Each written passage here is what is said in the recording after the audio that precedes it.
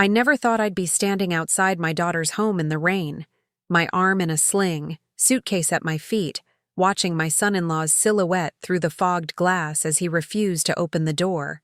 The same home I had signed away my retirement to help them buy.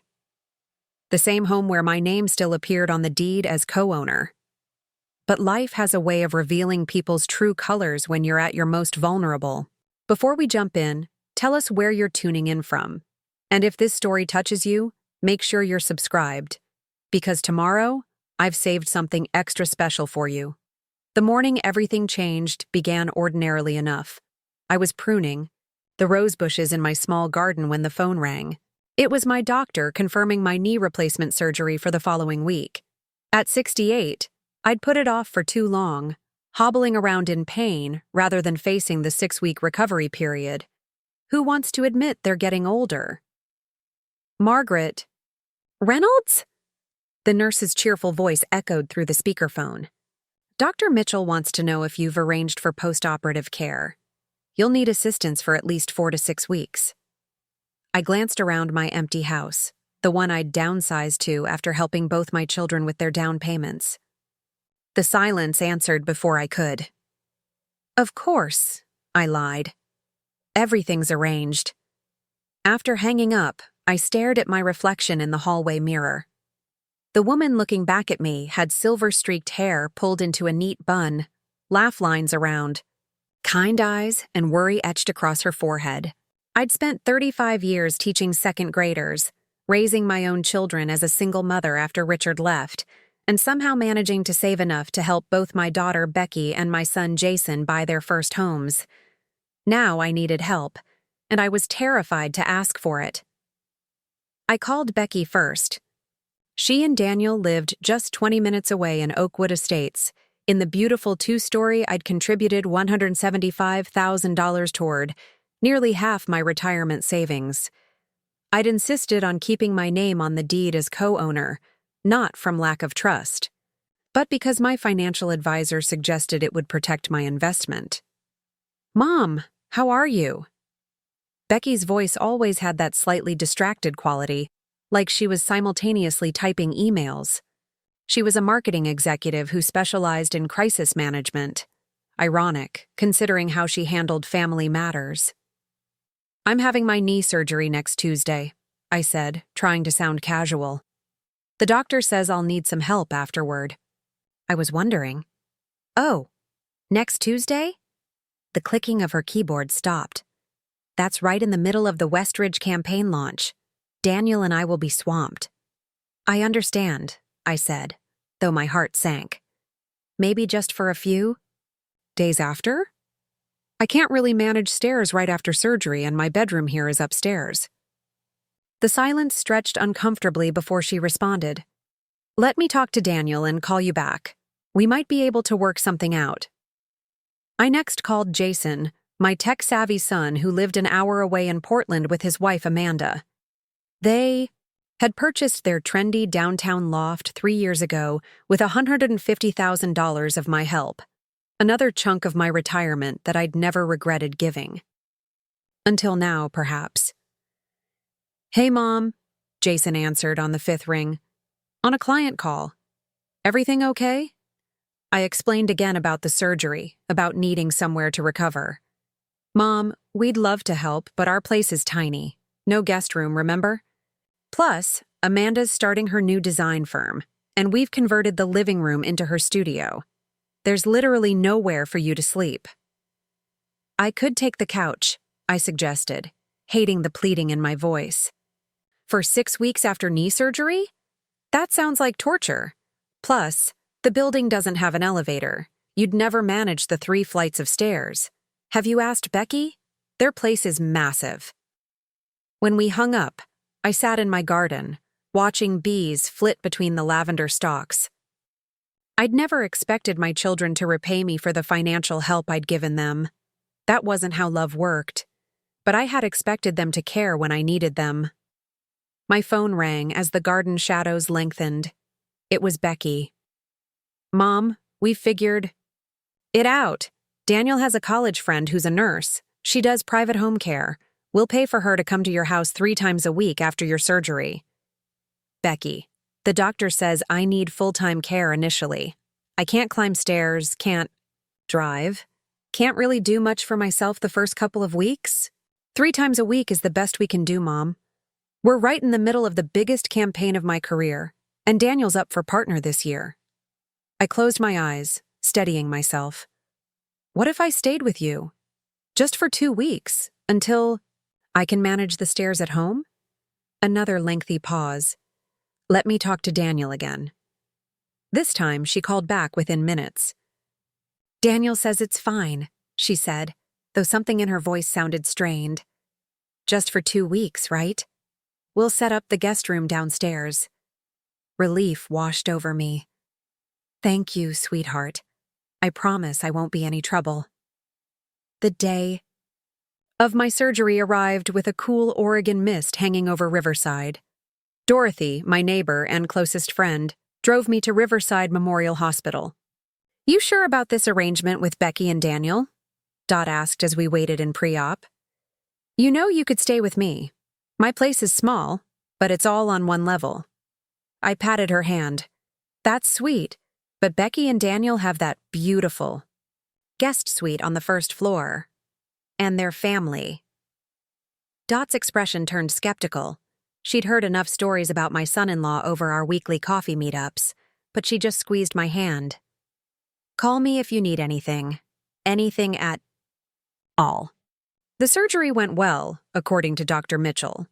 I woke groggy and in pain, with a heavily bandaged knee and strict instructions not to put weight on my right leg for at least 10 days.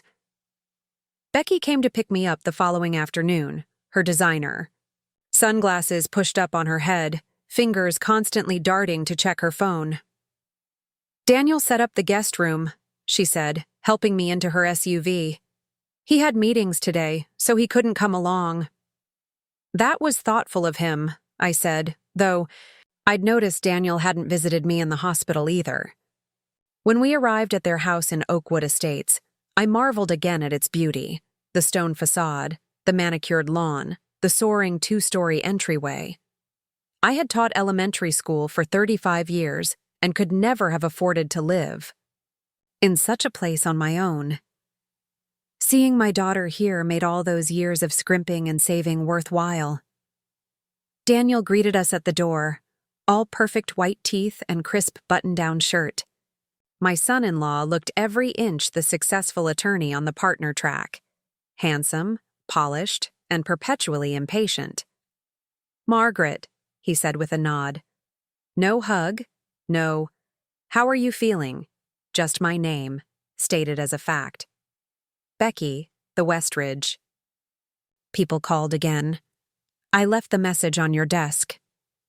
And just like that, he was gone, retreating to his home office without offering to help me inside. Becky wrestled with my suitcase and the walker while I hobbled through the doorway. The guest suite was lovely, a queen-sized bed with a floral comforter, tasteful landscapes on the walls, and an attached bathroom with a shower seat already installed. I sank onto the bed, exhausted from the short journey from hospital to home. I'll bring you some dinner around 6, Becky said, already backing toward the door. The TV remote is on the nightstand, and I put a bell there if you need anything urgent.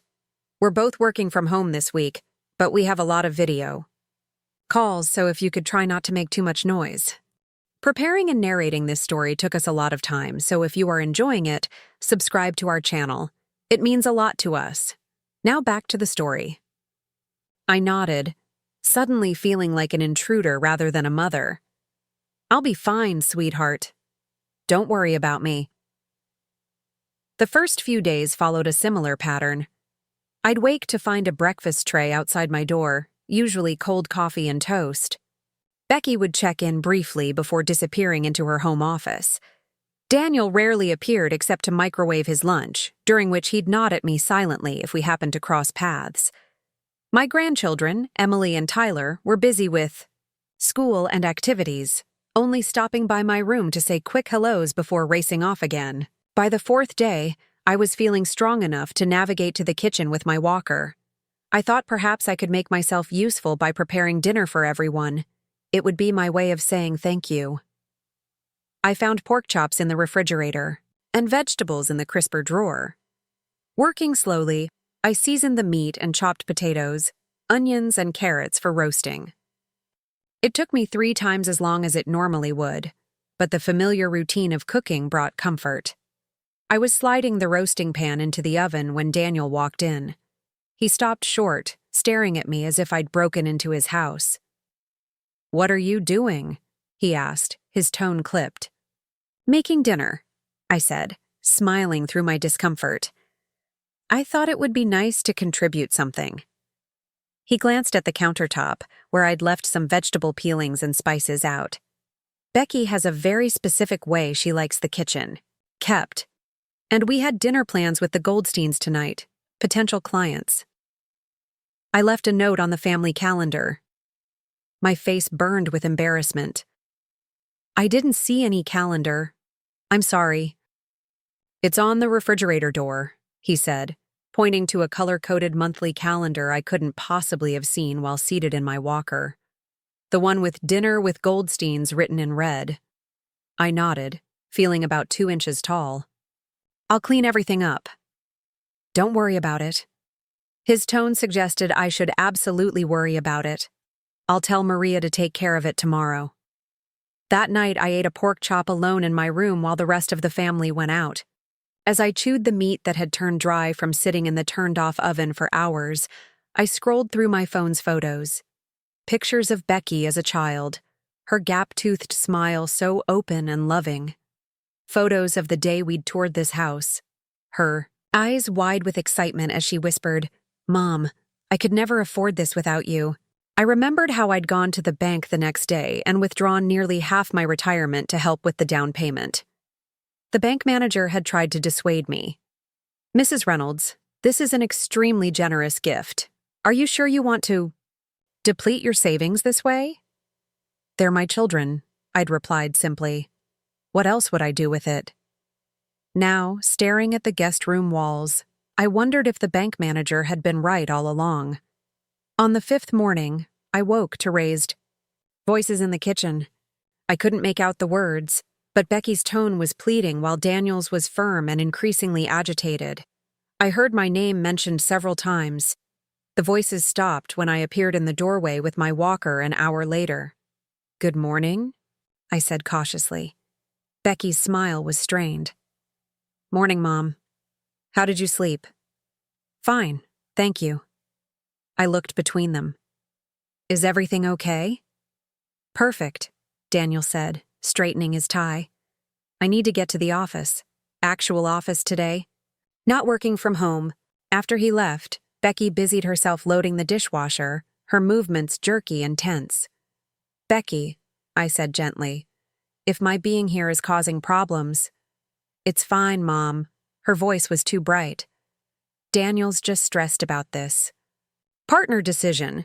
It's coming up in a few weeks and he's been working himself to death." I nodded, not believing her for a second. I was thinking, maybe I could try going home a bit early. Dorothy said she could check in on me. Becky turned, relief written plainly across her face. "Are you sure? Dr. Mitchell said 2 weeks. Minimum." "I'm feeling much stronger," I lied. "And I hate being a burden." "You're not a burden," she insisted, but her expression said otherwise. That afternoon, I called Dorothy to ask if her offer of help was still open. "Of course it is," she said immediately. "What's happened?" "Nothing specific," I said, unwilling to criticize my daughter. "It's just tense here. I think they need their space." "Maggie, that's ridiculous. You gave them the money to buy that McMansion. They've got plenty of space." I sighed. "It's complicated, Dot." "It's not complicated. It's ungrateful is what it is." After we hung up, I lay back on the guest bed, staring at the ceiling. Maybe Dorothy was right. Maybe I had a right to feel hurt. But they were still my children, and I'd given the money freely, with no expectation of repayment. I must have dozed off, because the next thing I knew, raised voices were coming from just outside my door. She's my mother, Daniel. What do you expect me to do? Throw her out? Becky's voice was tear-filled. Of course not, Daniel hissed. But we agreed on 2 weeks. 2 weeks maximum, Becky. It's been 5 days and I can't deal with this for 9 more. She's reorganized the spice rack, for Christ's sake. She's trying to be helpful. It's not helpful. It's invasive. This is our home. It's her home, too. Her name is on the deed, remember?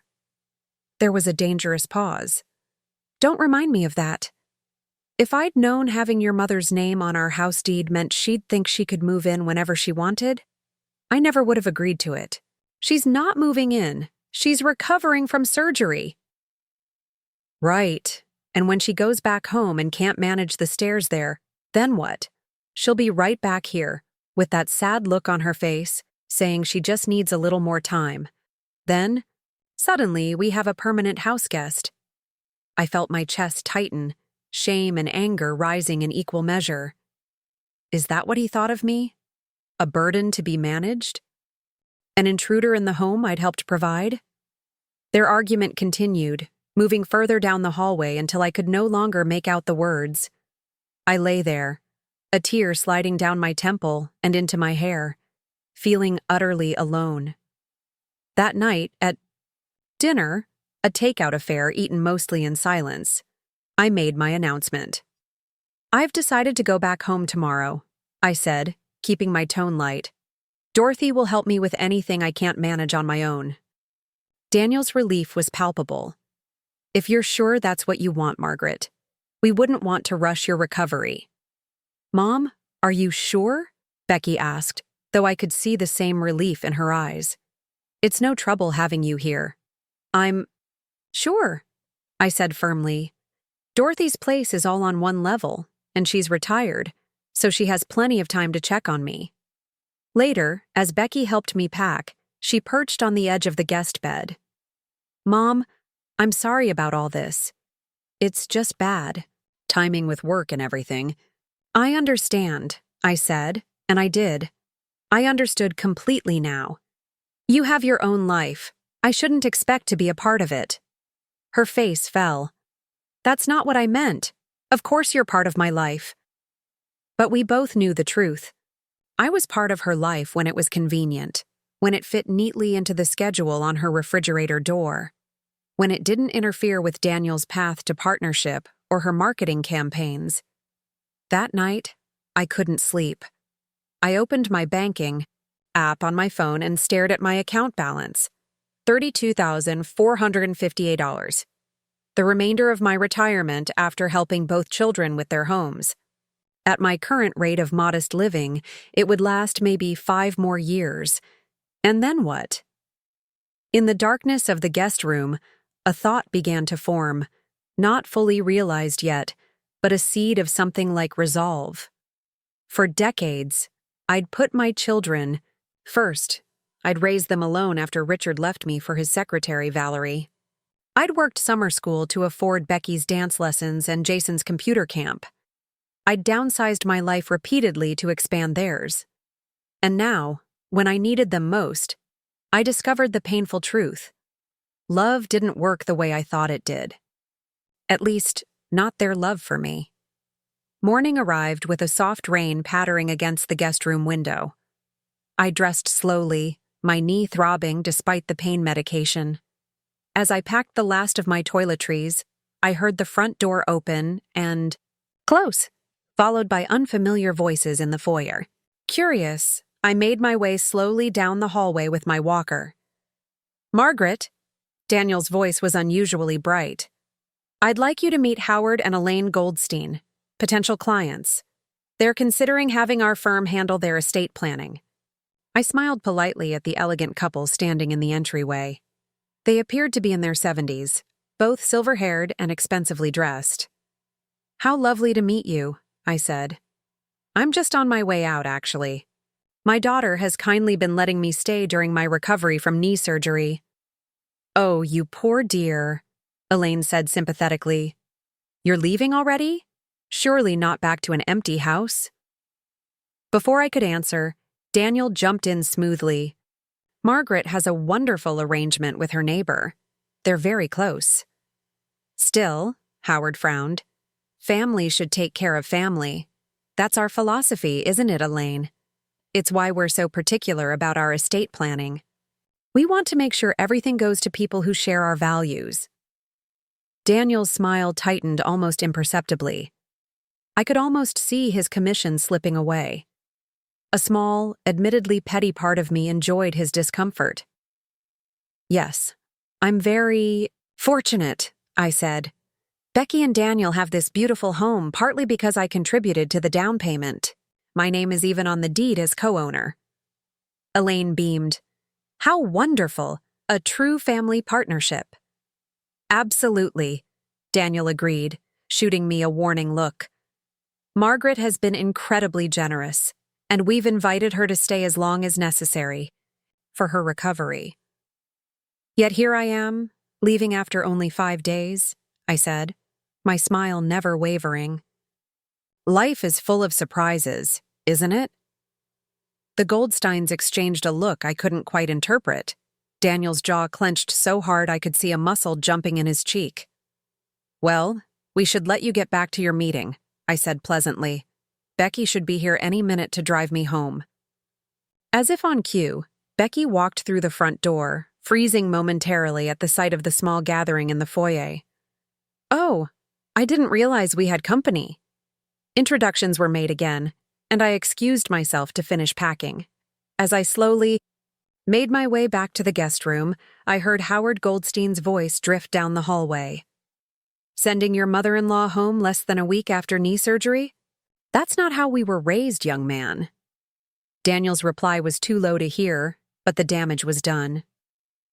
In trying to impress potential clients with his beautiful home and perfect family, my son-in-law had revealed his true character.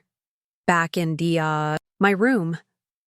I sat heavily on the bed, my knee throbbing in time with my heartbeat. The seed of resolve that had begun to form the night before was now taking root, growing stronger with each passing minute. For the first time in decades, I was going to put myself first. I just wasn't quite sure how yet.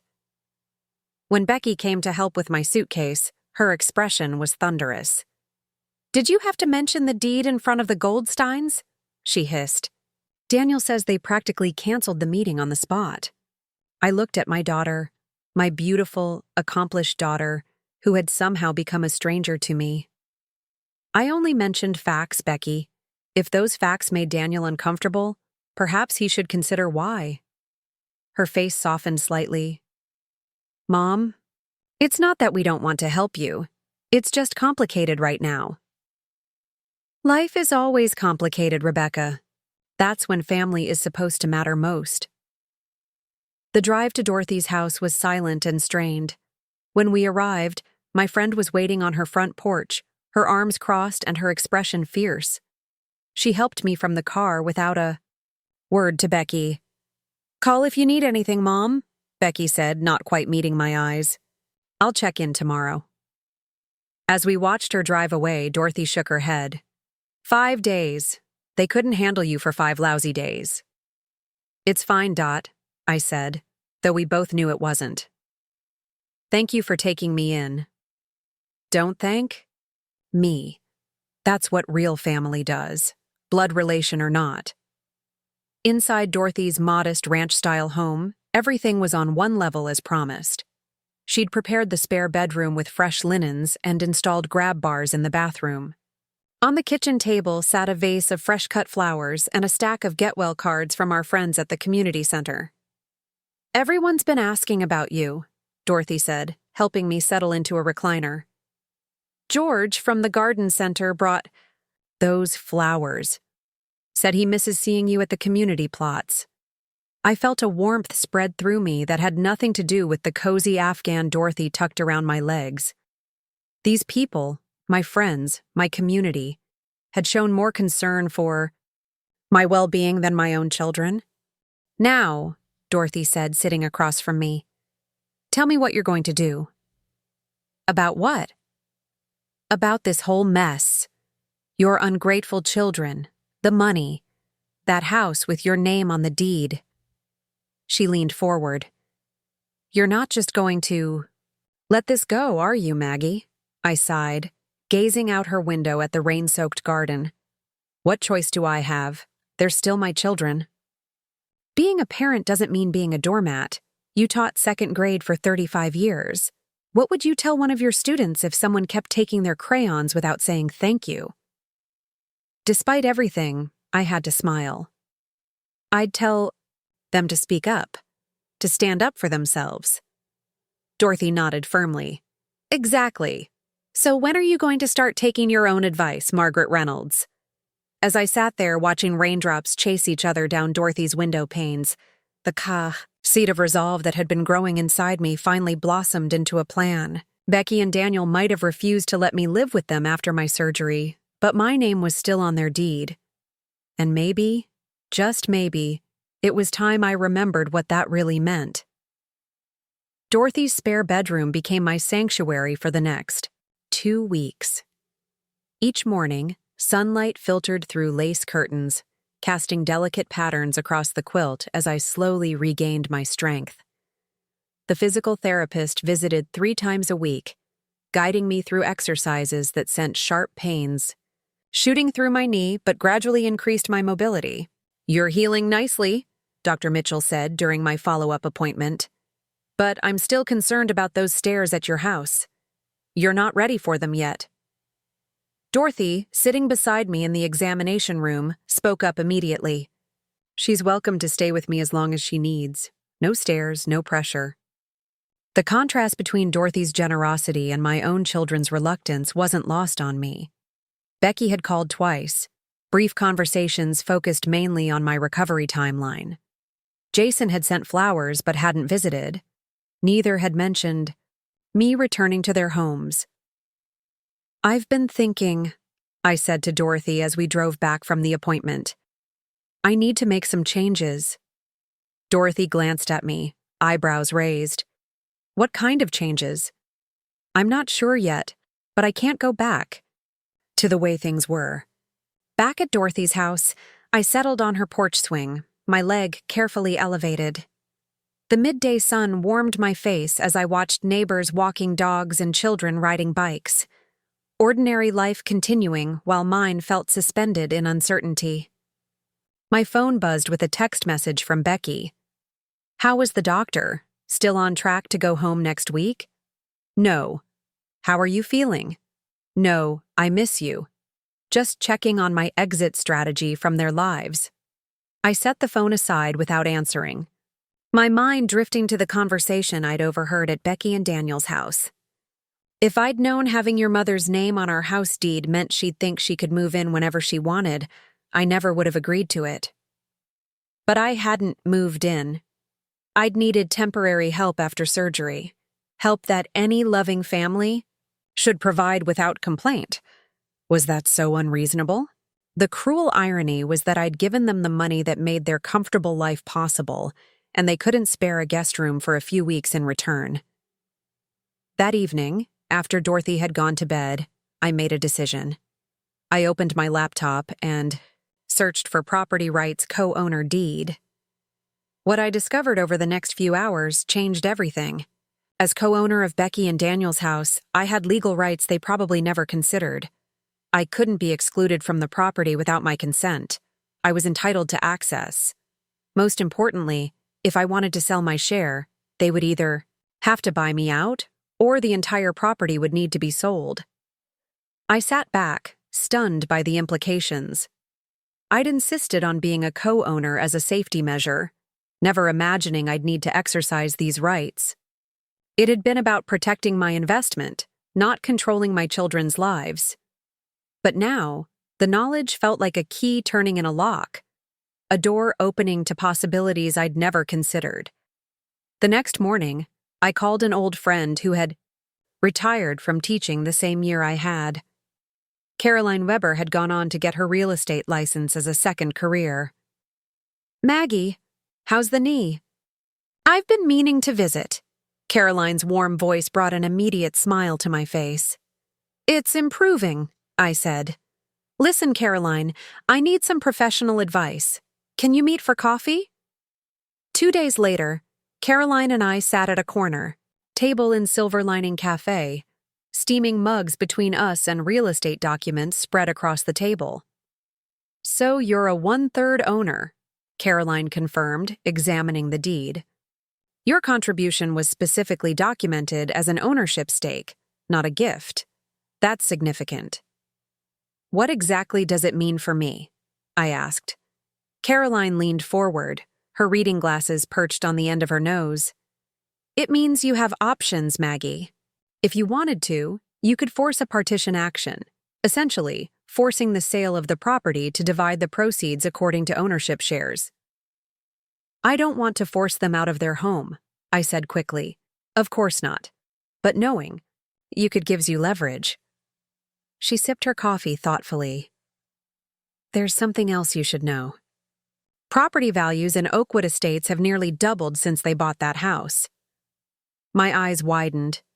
"Doubled?" Caroline nodded. "Your $175,000 investment would now be worth close to $350,000. If they wanted to buy you out, that's what you'd be entitled to." The number took my breath away.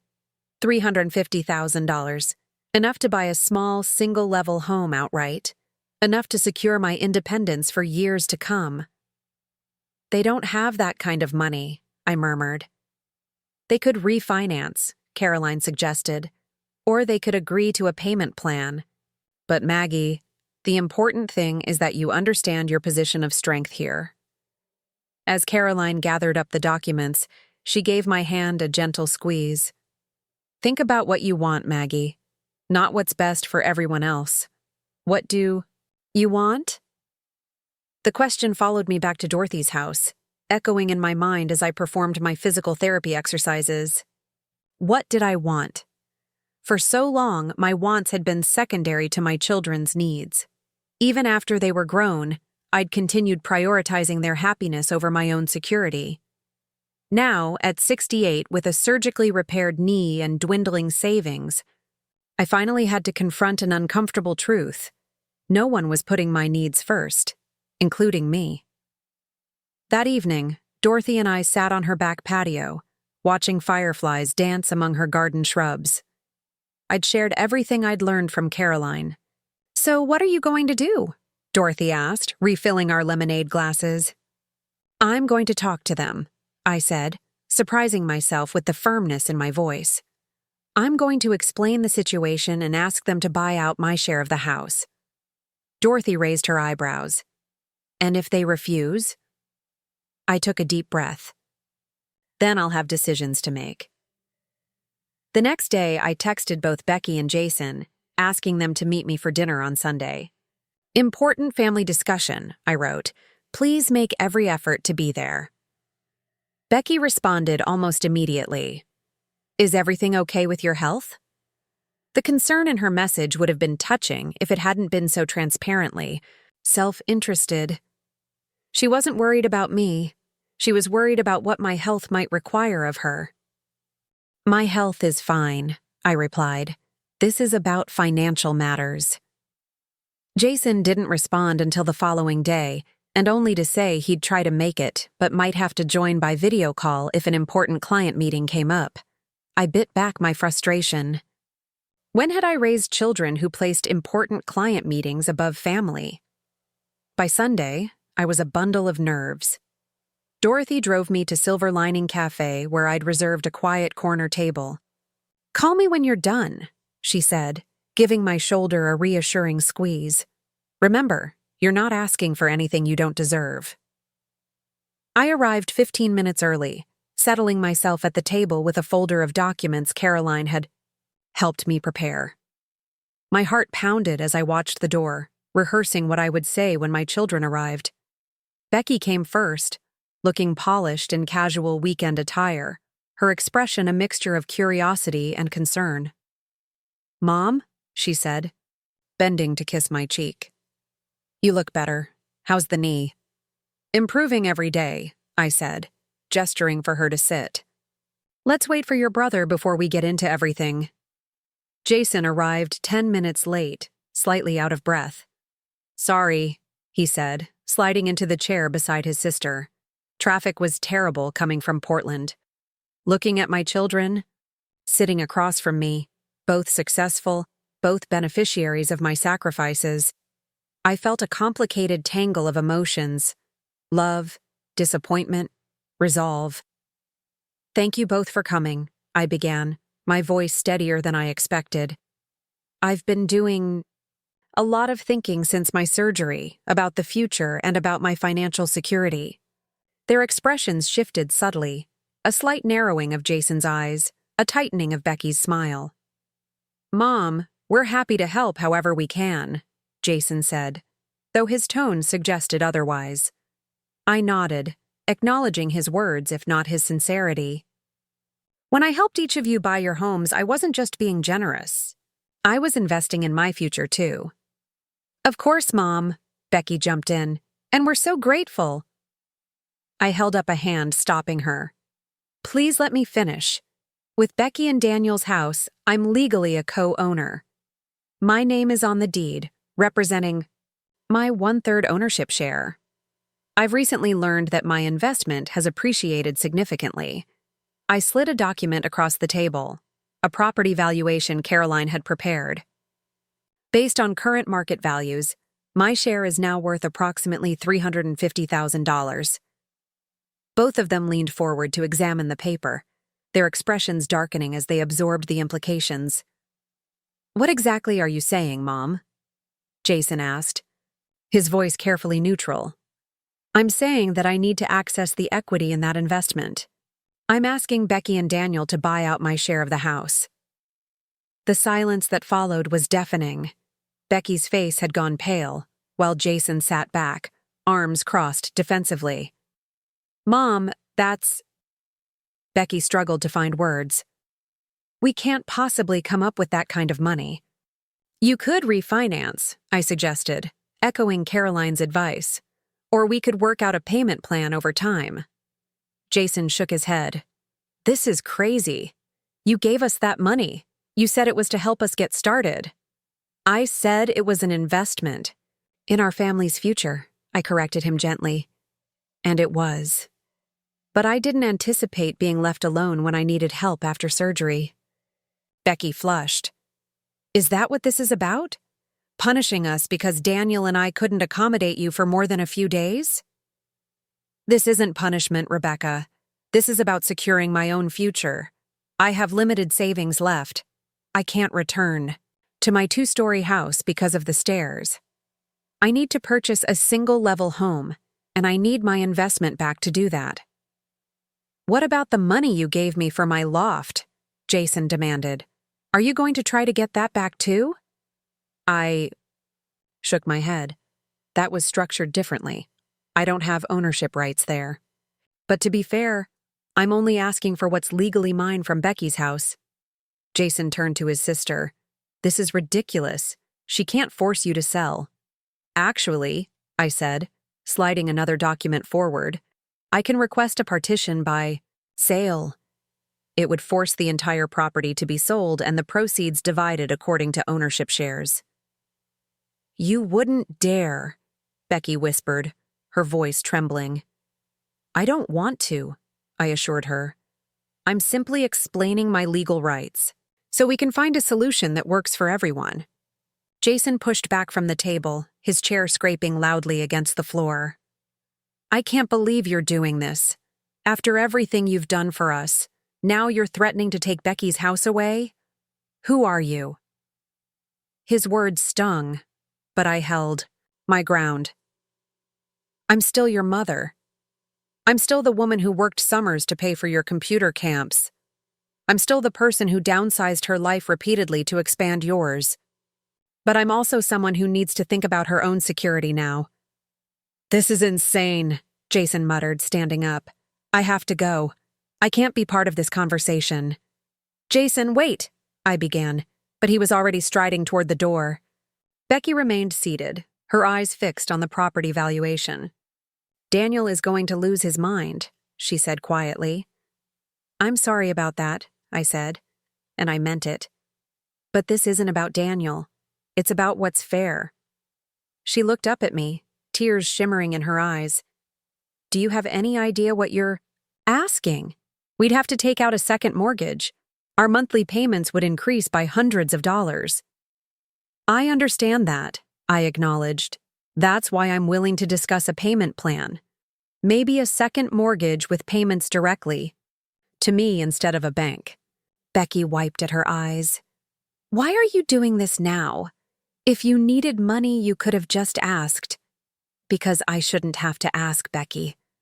I shouldn't have to beg my children for what's rightfully mine. My voice caught, and I took a moment to steady myself. When you needed a home, I gave you half my retirement without hesitation.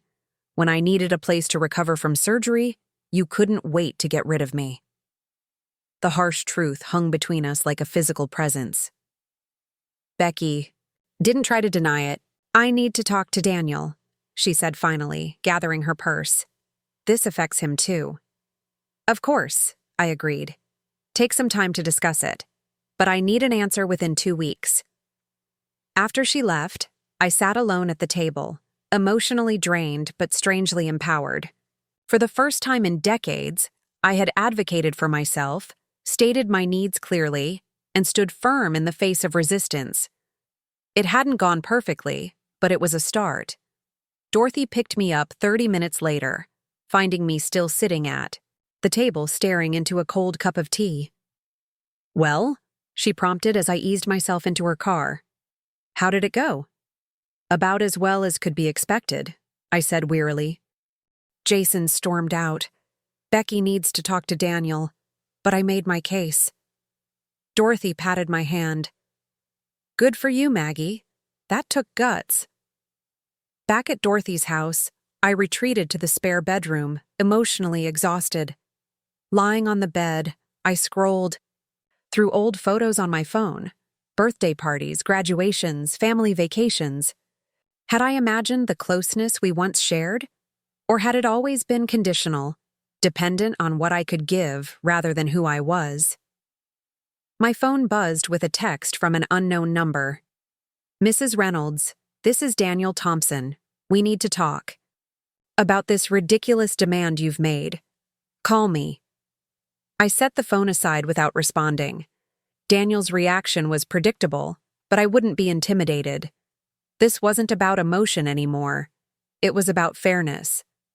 The following days passed. Intense silence. Neither Becky nor Jason called, though I saw them exchanging messages in our family group chat, presumably discussing me. Dorothy encouraged me to give them space, to let them process what I'd proposed. On Wednesday morning, as Dorothy and I were enjoying coffee on her patio, a sleek BMW pulled into her driveway. Daniel stepped out, dressed in a tailored suit, briefcase in hand. That's not a good sign, Dorothy muttered. Want me to send him packing? No, I said, straightening in my chair. I need to handle this. Daniel approached with measured steps, his expression carefully neutral. Margaret, good morning. I was hoping we could talk. Of course. I gestured to the empty chair at our table. Would you like some coffee? No, thank you. He sat stiffly, placing his briefcase on the table. I've been reviewing the property documents. You're right about your legal standing as co-owner. His acknowledgement surprised me. I'd expected denial, maybe even threats. That said, he continued, what you're asking is extremely difficult for us financially. We'd have to significantly alter our lifestyle to accommodate such a payment. I understand that, I said. That's why I suggested a payment plan. Daniel nodded, opening his briefcase to withdraw a folder. I've worked up some numbers. If we were to refinance, we could potentially offer you $150,000 now, with the remaining $200,000 paid over 10 years at a fixed interest rate. I blinked, taken aback by his preparedness. You've given this serious thought. It's a serious matter, he replied, sliding the folder toward me. These are the terms we're prepared to offer. I glanced at Dorothy, who gave me an encouraging nod. I'd like my own financial advisor to review this before I agree to anything. Of course, Daniel said smoothly. Take your time. But I should mention, he paused for effect. These terms are contingent on your signing a quitclaim deed, removing your name entirely from the property. I nodded slowly. That seems reasonable, provided the payment agreement is properly documented and legally binding. Daniel's posture relaxed slightly. Good. We're on the same page then. He stood to leave, then hesitated. Margaret, I want you to know, it wasn't personal. When you stayed with us, it was just bad timing. I met his gaze steadily. It felt very personal, Daniel. Being made to feel unwelcome in a home I helped provide? That's about as personal as it gets. He had the grace to look uncomfortable. Well, hopefully this arrangement resolves things amicably. After he left, Dorothy and I reviewed the documents he'd provided. The terms were actually quite fair. The interest rate was reasonable, the payment schedule manageable.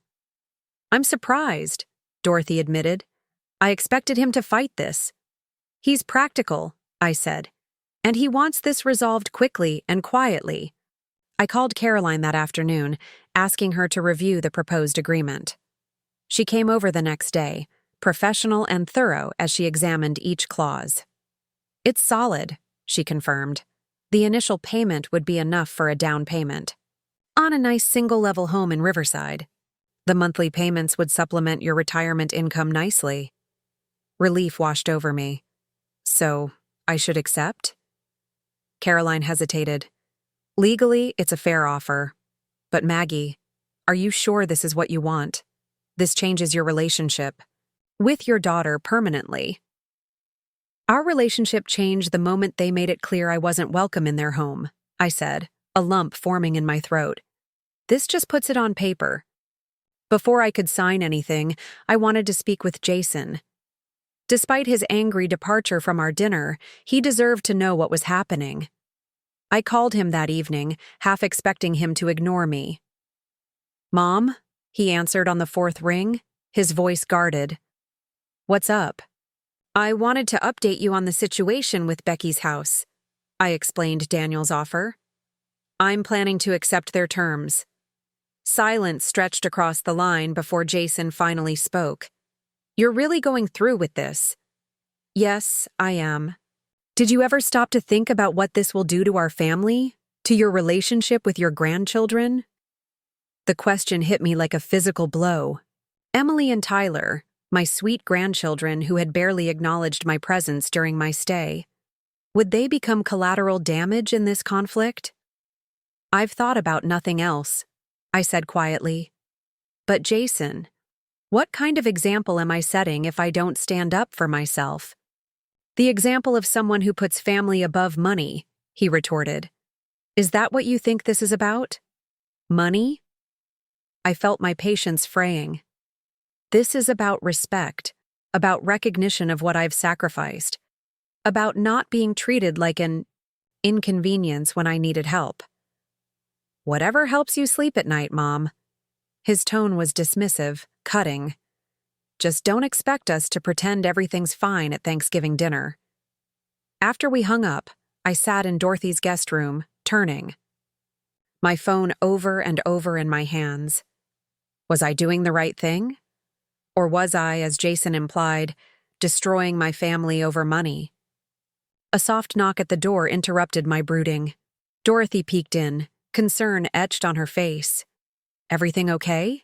You look upset. I explained my conversation with Jason, the doubts now plaguing me. Dorothy sat beside me on the bed. Maggie, answer me honestly. If the situation were reversed, if Becky or Jason needed something you could provide, would you have turned them away after 5 days? Of course not, I said without hesitation. Then stop second-guessing yourself. You're not asking for anything unreasonable. You're not being greedy. You're securing your future, which is exactly what a responsible parent should do. Her words steadied me, reminding me why I'd started. Down this path. This wasn't about punishing my children, it was about protecting myself. The next morning, I received a text from Becky, Mom, can we talk? Just us? No Daniel? Please? We arranged to meet at Cedar Creek, a scenic spot outside town where we used to have family picnics when the children were young. Dorothy drove me there, promising to return in an hour. Call if you need me sooner, she said, squeezing my hand before driving away. I sat on a bench overlooking the creek, watching sunlight dance across the rippling water. The familiar landscape was soothing. Ancient oak trees, wildflowers dotting the grass, the gentle murmur of flowing water. How many summer afternoons had we spent here, the children splashing in the shallows while I prepared simple picnics on this very bench? Becky's car pulled into the small gravel parking area. She emerged looking tired, her normally perfect hair pulled back in a hasty ponytail. As she approached, I noticed the redness around her eyes. She'd been crying. "Mom," she said simply, sitting beside me. "Becky," I acknowledged, unsure how to begin. We sat in silence for several minutes, watching a pair of ducks glide across the water's surface. "Remember when Jason fell in trying to catch tadpoles?" Becky said suddenly. "Dad was so angry about his new sneakers getting ruined." The memory brought a small smile to my face. "Your father was always concerned about appearances. Like someone else I know," Becky murmured. I glanced at her. "Daniel, you mean?" She nodded, picking at a loose thread on her sleeve. "Did you?" "I know he color codes the family calendar. Red for client meetings, blue for my work events, green for the kids' activities. There's no yellow for Mom needs help after surgery. It doesn't fit his system." The admission hung in the air between us, not quite an apology, but an acknowledgement of the problem. "Becky," I said gently, "I'm not trying to punish you or Daniel. I genuinely need to secure my future." "I know," she said, her voice small. "And you're right. It's your money. Your name is on the deed. We've benefited from your generosity for years." She turned to face me, eyes shimmering with tears. "But Mom, this feels so transactional, like we're reducing our relationship to dollars and cents." "That's not what I want," I assured her. "But sometimes clear boundaries are necessary, especially when the unspoken ones have been crossed." She nodded, wiping at her eyes. "Daniel and I talked for hours after you made your request. He was angry at first, then calculating, trying to figure out how to fight it legally. But eventually, we both realized something." "What's that?" "You gave us a gift we didn't deserve, and we've been taking it for granted. The least we can do is return it when you need it." The simple honesty of her statement took my breath away. For the first time since this ordeal began, I felt a glimmer of hope that our relationship might survive. "We're going to accept your terms, Mom," Becky continued. "The initial payment, the monthly installments, all of it. But I want you to know it's not just about the legal obligation. It's about doing what's right." I reached for her hand, squeezing it gently. "Thank you for understanding." She squeezed back, but her expression remained troubled. "Jason is furious, though. He thinks you're being unfair by not asking him for money, too." I shook my head. "The situation is different. I don't have legal claim to his property." "It's not about legal claims for him. It's about fairness. He feels like you're punishing me while letting him off the hook." The irony wasn't lost on me. "So what does he suggest?" Becky hesitated.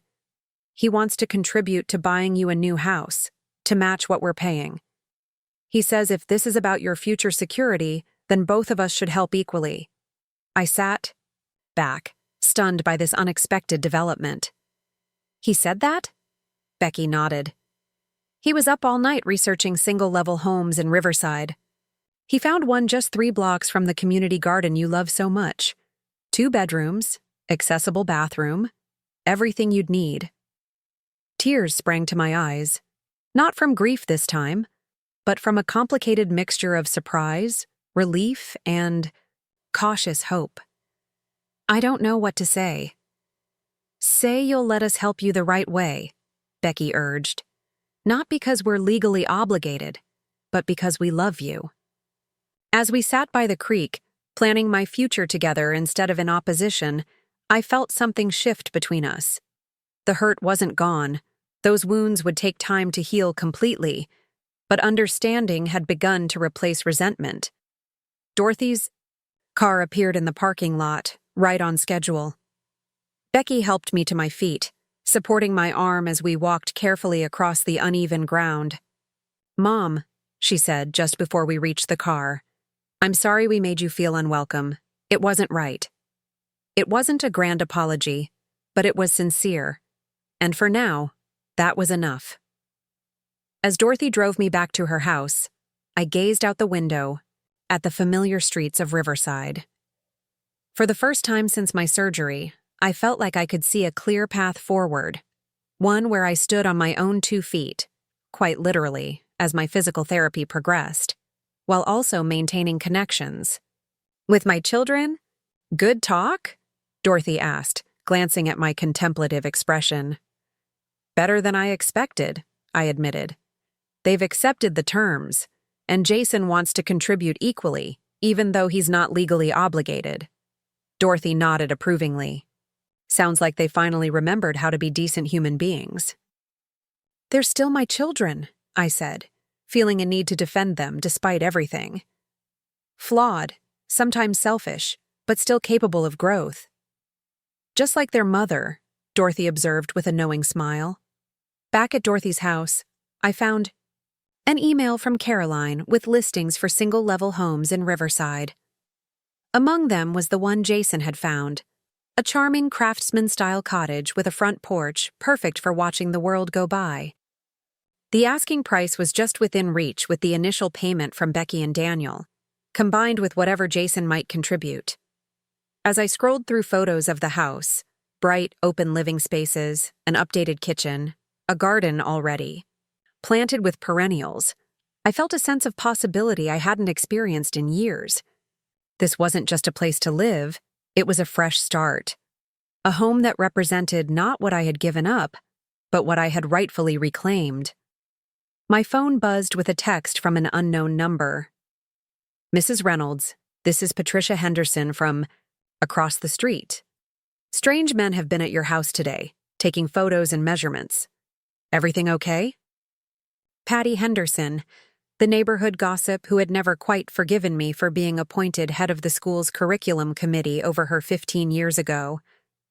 Even in retirement, she monitored the neighborhood like a self-appointed security guard. I texted back, "Thanks for letting me know, Patty. I've arranged for a real estate assessment, planning to sell the house since I can't manage the stairs anymore." Her response came quickly. "Selling? Where will you go?" The question made me smile. Patty's concern was less about my welfare and more about satisfying her curiosity. But for once, I was happy to fuel the neighborhood grapevine. "I'm buying a lovely single-level home near Cedar Creek," I wrote. "My children are helping with the purchase. Let her spread that news around the neighborhood. Margaret Reynolds, no longer the woman who gave everything away, but the woman whose children finally stepped up to help her secure her future." That evening, as Dorothy and I sat watching the sunset from her patio, I felt a profound sense of peace wash over me. The road ahead would have its challenges, finalizing the agreement with Becky and Daniel, coordinating with Jason, selling my current home, purchasing the new one. But for the first time in decades, I was steering my own life rather than merely reacting to others' needs. "You know," Dorothy mused, sipping her iced tea, "when you first came to stay with me, I was worried you'd let them walk all over you again. I'm proud of you, Maggie." "I'm proud of me too," I admitted. "I just wish it hadn't taken a knee replacement and being kicked out of my daughter's house to find my backbone." Dorothy chuckled. "Better late than never. And speaking of late," she nodded toward the driveway where a familiar pickup truck was pulling in. Looks like you have a visitor. George Martinez, the owner of the garden supply store where I volunteered on weekends before my surgery, emerged from his truck carrying a large potted plant. "Margaret," he called, his weathered face breaking into a warm smile. "Dorothy said, you might be up for some company. Brought you a peace lily. They're good for indoor air quality." As George joined us on the patio, setting the beautiful plant beside me, I felt a surge of gratitude for the community I'd built outside my immediate family. Friends who checked on me, who brought flowers, who drove me to appointments without complaint. "George has been asking about you constantly," Dorothy informed me with a meaningful glance. "Nearly drove me crazy with his daily calls." George's cheeks reddened beneath his tan. "Just worried about a valued volunteer, that's all." The warmth in his eyes suggested it might be more than that, but I wasn't ready to explore that possibility just yet. For now, I was focused on reclaiming my independence, on securing my future on my own terms. Still, as the three of us chatted, on the patio, watching fireflies begin to twinkle in Dorothy's garden, I couldn't help but feel that the universe was opening doors I hadn't even thought to look for. New home, new start, new possibilities. All because I'd finally found the courage to stand up for myself. My phone buzzed with a text from Becky. "Daniel's lawyer has drafted the formal agreement. Can we meet tomorrow to go over it?" I typed back, "Yes, Dorothy's house at 10 a.m. Bring Jason too." Tomorrow would bring more discussions, more negotiations, perhaps even more conflict. But tonight, surrounded by friends who valued me for who I was rather than what I could give them, I felt ready for whatever came next. The morning sun filtered through Dorothy's kitchen curtains, casting dappled light across the breakfast table where I sat nursing a cup of chamomile tea. My hands trembled slightly as I reviewed the documents Daniel had emailed last night. Formal legal agreements outlining payment terms, transfer of ownership, and release of claims. The language was dense with legal terminology, but the message was clear. In exchange for $350,000 paid over time, I would relinquish all rights to the Oakwood Estates property. "You've read that thing 10 times, Dorothy observed, sliding a plate of toast in front of me. "It's not going to change." "I know," I sighed. "I just want to be prepared. I can't afford to be emotional when they get here." Dorothy settled across from me, her expression serious. "Maggie, being emotional doesn't mean being weak. You're allowed to feel things about this situation." Before I could respond, the doorbell rang. Dorothy squeezed my shoulder as she passed. "Remember, this is your life you're fighting for. No apologies." I straightened my posture, smoothed my cardigan, and took a deep breath. Game face on. Voices murmured in the entryway, not just Becky and Jason, but Daniel too. I hadn't expected him to come. My stomach tightened as Dorothy ushered them into the kitchen, making a show of offering coffee that everyone politely declined. "I'll be in the garden if you need me," she announced, giving my visitors a look that clearly communicated she'd be keeping an eye on things. An awkward silence fell as we regarded each other across the kitchen table. Becky looked tired, dark circles shadowing her eyes. Jason fidgeted with his phone, avoiding direct eye contact. Daniel, impeccable in a casual button-down and pressed khakis, was the only one who appeared composed. "Thank you all for coming," I began, proud of how steady my voice sounded. "I've reviewed the agreement, Daniel. It seems in order from my perspective, but I'd like my own attorney to look it over before I sign." Daniel nodded. "Of course. That's standard practice. In the meantime," I continued, "I'd like to discuss how we move forward as a family. This situation has created tension I never intended."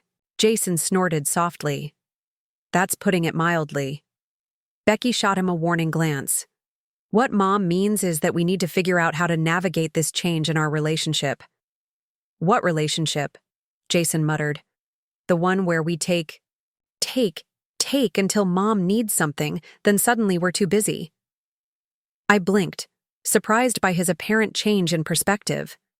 During our dinner conversation, he'd been defensive, even hostile to my request. Now he seemed to be acknowledging the imbalance I'd felt. Daniel cleared his throat. Let's focus on the practical matters first.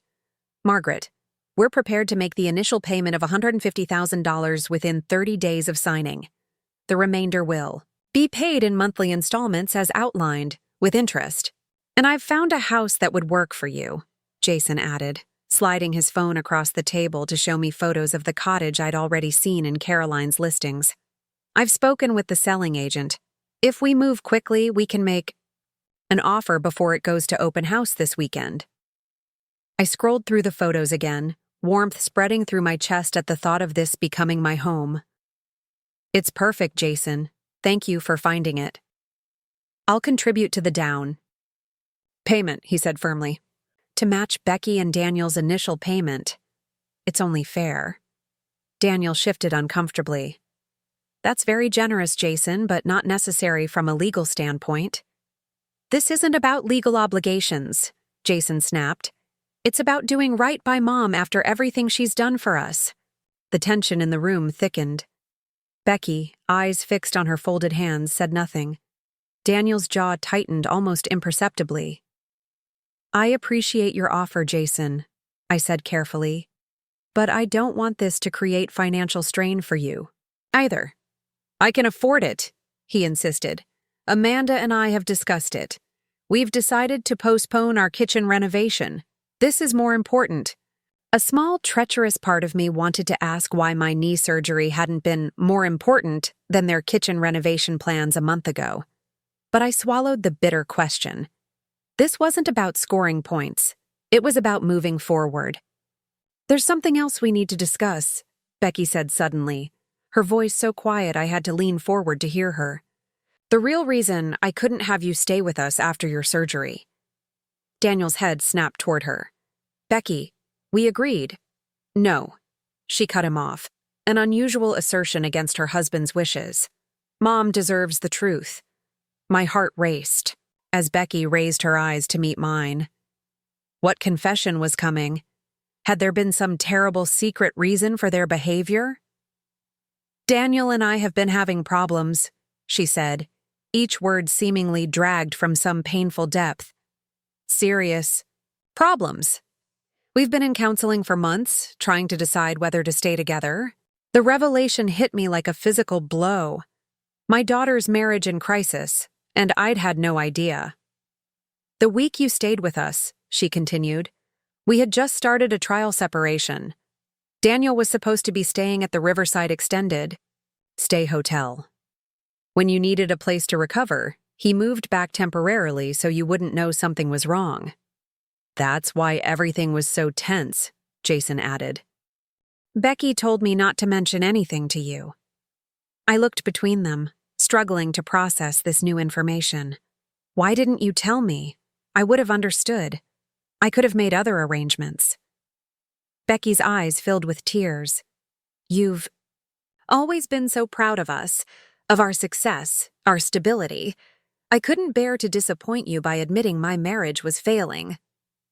Oh, sweetheart, I breathed, reaching across the table to take her hand. Your value to me has never been tied to Daniel or your marriage. I love you because you're my daughter, not because of what you've achieved. I know that now, she whispered. But for so long I've felt this pressure to be perfect, to justify all the sacrifices you made for us. Admitting failure felt impossible. Daniel, who had been watching this exchange with an unreadable expression, finally spoke. The separation wasn't working. Living together again, even with the added stress of having you there, made us realize we needed to try harder to fix things. So, in a strange way, Becky added with a watery smile, your knee surgery might have saved our marriage. I wasn't sure how to respond to that unexpected silver lining. The revelation explained their behavior, but didn't entirely excuse it. Still, understanding the context shifted something in my heart. I wish you'd felt you could tell me, I said, finally. But I understand why you didn't.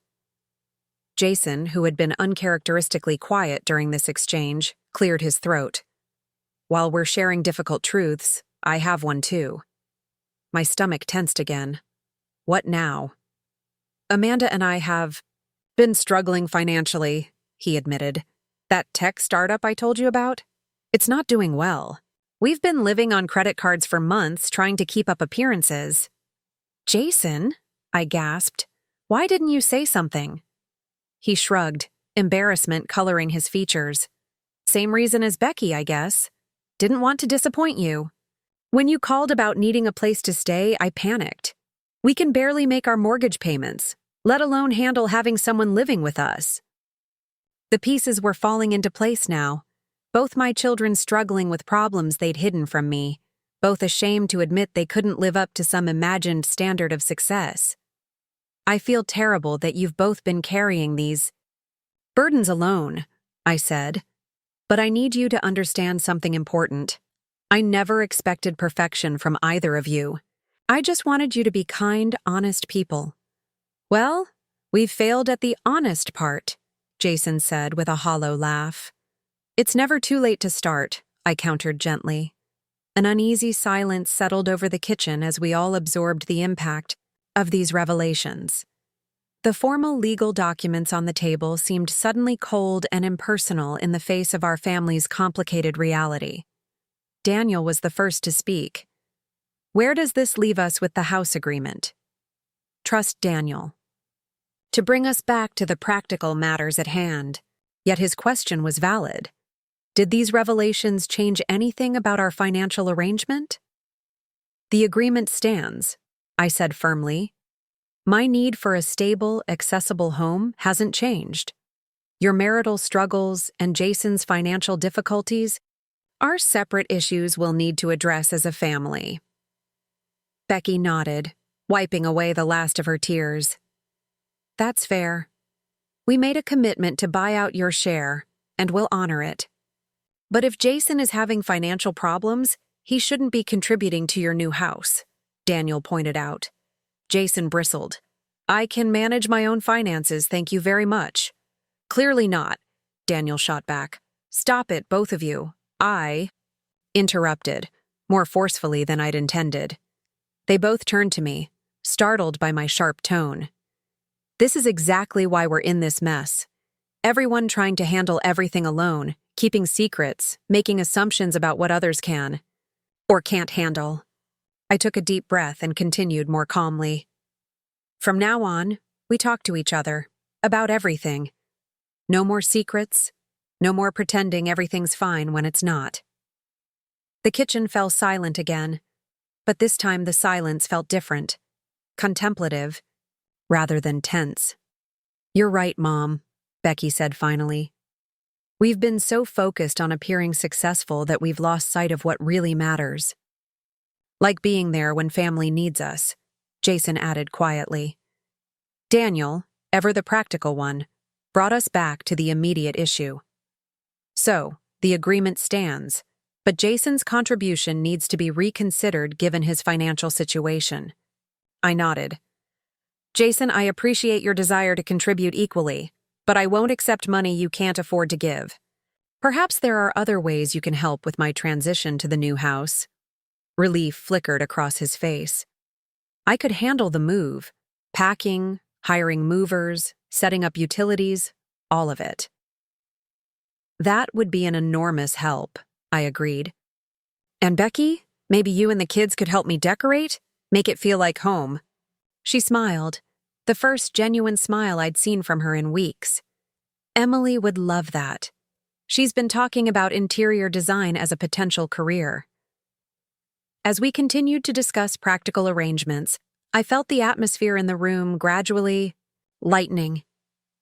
The weight of secrets had been lifted, and though we still had significant challenges ahead, we were facing them together now.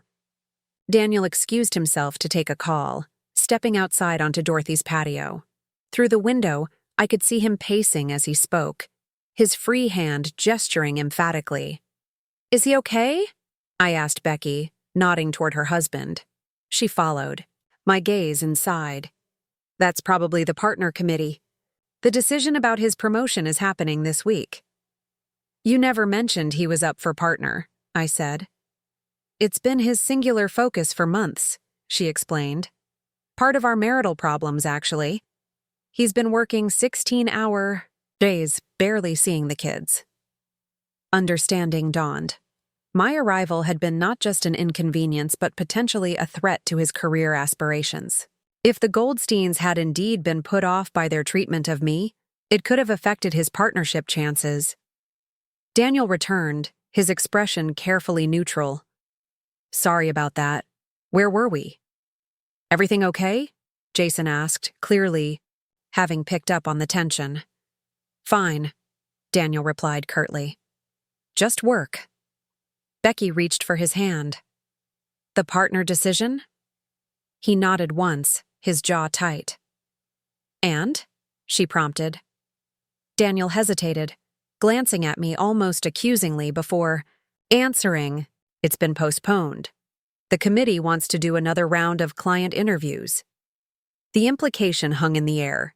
His treatment of me had potentially cost him this opportunity. I felt a complicated mix of emotions. Regret that my situation might have affected his career, but also a sense that perhaps the committee had seen something important about his character. I'm sorry to hear that, I said sincerely. I hope it works out for the best. Daniel's mouth twitched, but he only nodded again. We should finalize these arrangements. I need to get back to the office. We returned to discussing logistics. When I would view the cottage in person, how we would structure the payments, what timeline we were working with. Throughout the conversation, I noticed a subtle shift in our family dynamic. Jason and Becky both seemed more attentive to my input, less dismissive of my concerns. Daniel remained somewhat distant, but he was making a visible effort to be cordial. As they prepared to leave, Becky hung back while Jason and Daniel headed to their cars. Mom, she said hesitantly, there's something else you should know. About Emily and Tyler. My grandchildren had been noticeably absent from our discussions. What about them?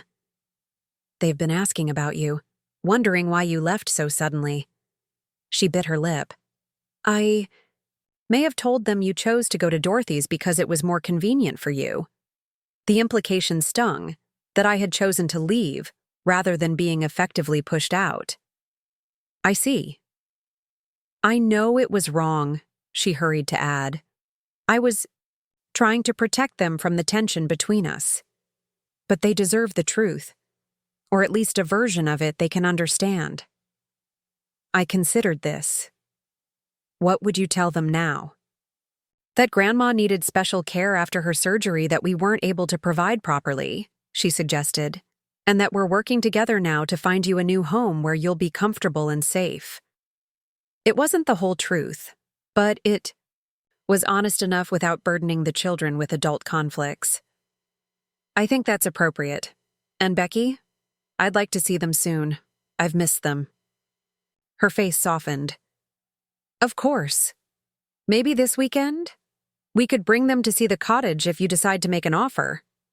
As I watched her walk to her car, I felt an unexpected lightness in my chest.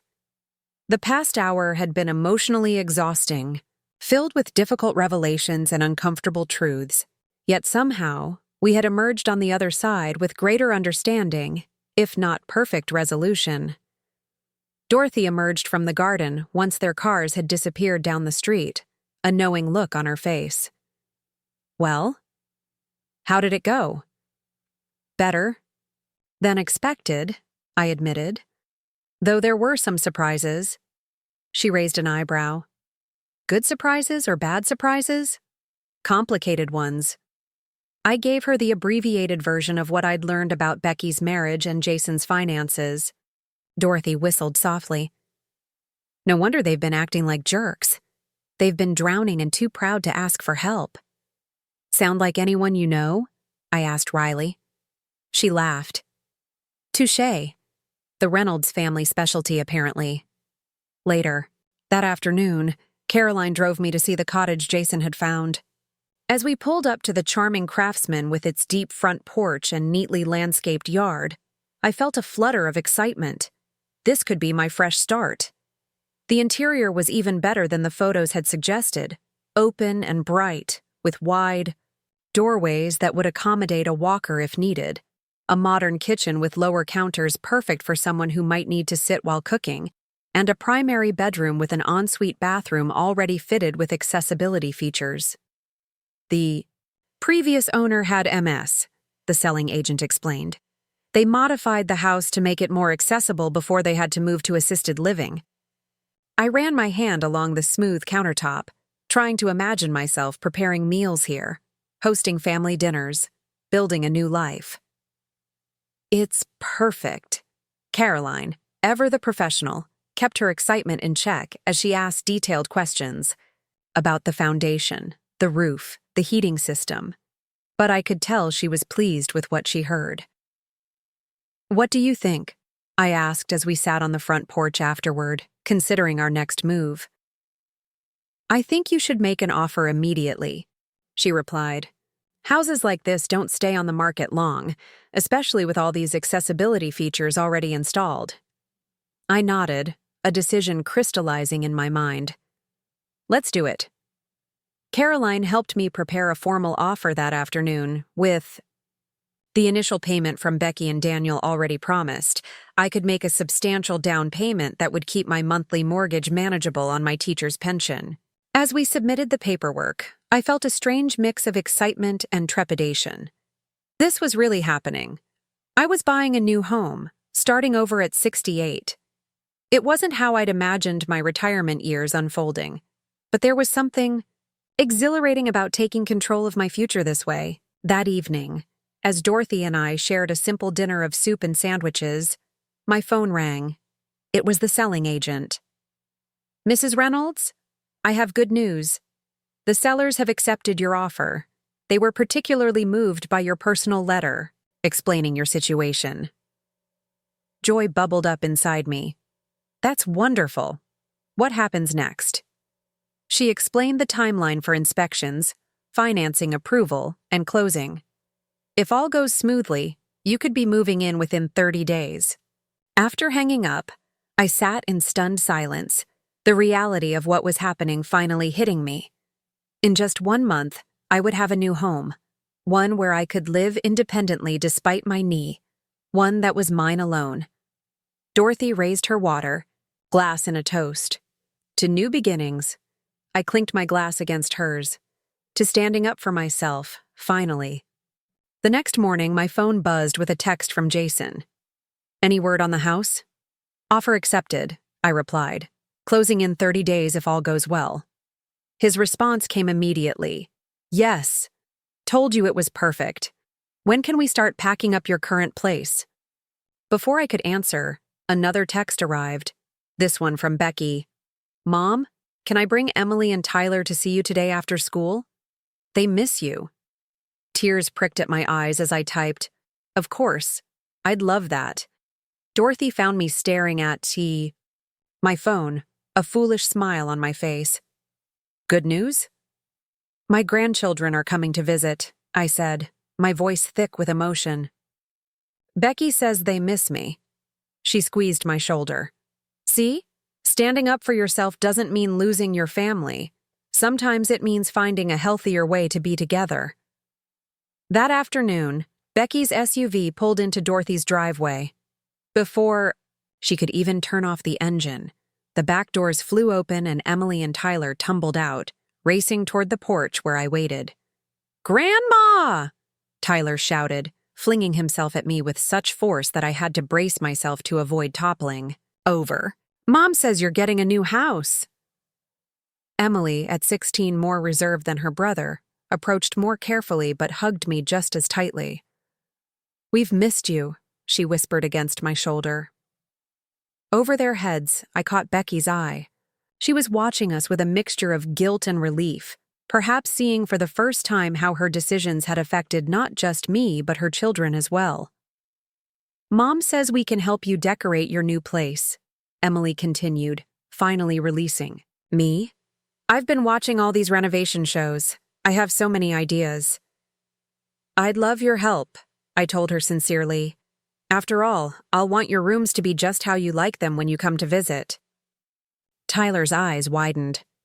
We get our own rooms? Well, you'll share one when you visit, I clarified. The house has 2 bedrooms, one for me and one for guests. Still better than sleeping on the couch at Dad's parents' house, he declared with the brutal honesty of a 13-year-old. Grandpa Henderson snores so loud the windows rattle. Becky winced visibly at this casual revelation that her children preferred staying with their paternal grandparents to visiting their maternal grandmother, another consequence of the distance that had grown between us. Let me show you pictures of the new house, I suggested, redirecting the conversation. I pulled out my phone, showing them the photos Caroline had taken during our visit. Emily immediately began pointing out walls that could use different paint colors and suggesting furniture arrangements. Tyler was more interested in the backyard, asking if he could plant a vegetable garden. I don't see why not, I said, touched by their enthusiasm. There's plenty of space. As the children explored Dorothy's garden, comparing it to what they might create at my new place, Becky and I sat on the porch swing watching them. I'm sorry, she said quietly, for everything. For making you feel unwelcome, for not being honest about what was going on in my life, for teaching my children that you were somehow less important than their other grandparents. You don't need to keep apologizing, I assured her. What matters is what we do going forward. She nodded, determination settling across her features. Things will be different, I promise. That evening, after Becky and the children had left with plans to meet again soon, I sat at Dorothy's kitchen table with a notepad, making lists of everything that needed to be done before I could move into the cottage. Sell my current house, pack, sort through decades of accumulated belongings, cancel utilities, forward mail. The list seemed endless. Dorothy peered over my shoulder. That's a lot for someone still recovering from knee surgery. Jason promised to help with most of it, I reminded her, and Becky and the kids will help with decorating. And what about Daniel? She asked pointedly. Where does he fit into all this family togetherness? I sighed. Daniel remained the wild card in our family equation. He had agreed to the financial terms, but his attitude suggested he saw this as a transaction rather than a reconciliation. I don't know, I admitted. He's still processing the impact of all this on his career prospects. The partnership decision, being delayed, hit him hard. Dorothy's expression turned skeptical. Are you making excuses for him now? No, I said thoughtfully. Just trying to understand his perspective. He's built his entire identity around professional success. Having that threatened is disorienting for him. You're very generous, Dorothy observed. After the way he treated you. I shrugged. He's still Emily and Tyler's father. Still Becky's husband, despite their problems. He's family for better. Or worse. Dorothy didn't look convinced, but she didn't push the issue further. Instead, she pointed to an item on my list. What's this about meeting with a financial advisor? I need to figure out how to manage the monthly payments from Becky and Daniel, I explained. Structure them properly for tax purposes. Maybe set up some kind of trust for future medical expenses. Smart, she nodded approvingly, thinking ahead. That night, as I lay in Dorothy's spare bed staring at the ceiling, I found myself reflecting on the extraordinary changes of the past few weeks. From the vulnerability of knee surgery to the hurt of rejection by my children. From the shock of confronting them about the house to the surprising revelations about their lives. It had been an emotional roller coaster I never could have anticipated. Yet here I was, on the verge of a fresh start. A new home designed for my needs. A renewed, if still fragile, connection with my children. A clearer understanding of my own worth and rights. My phone buzzed on the nightstand.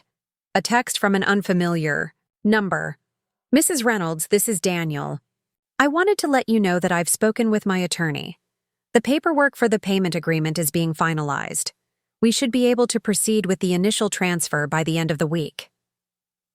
The message was purely practical, without warmth or personal connection.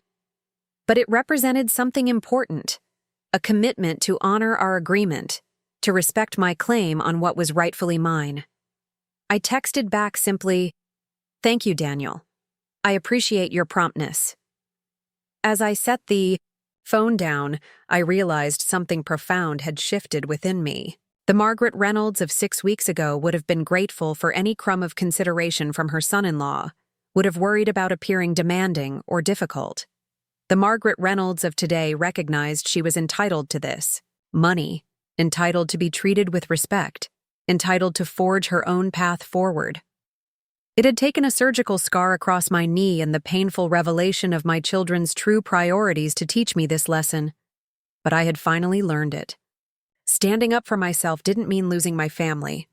It meant establishing a foundation for a healthier relationship, one built on mutual respect rather than one-sided sacrifice.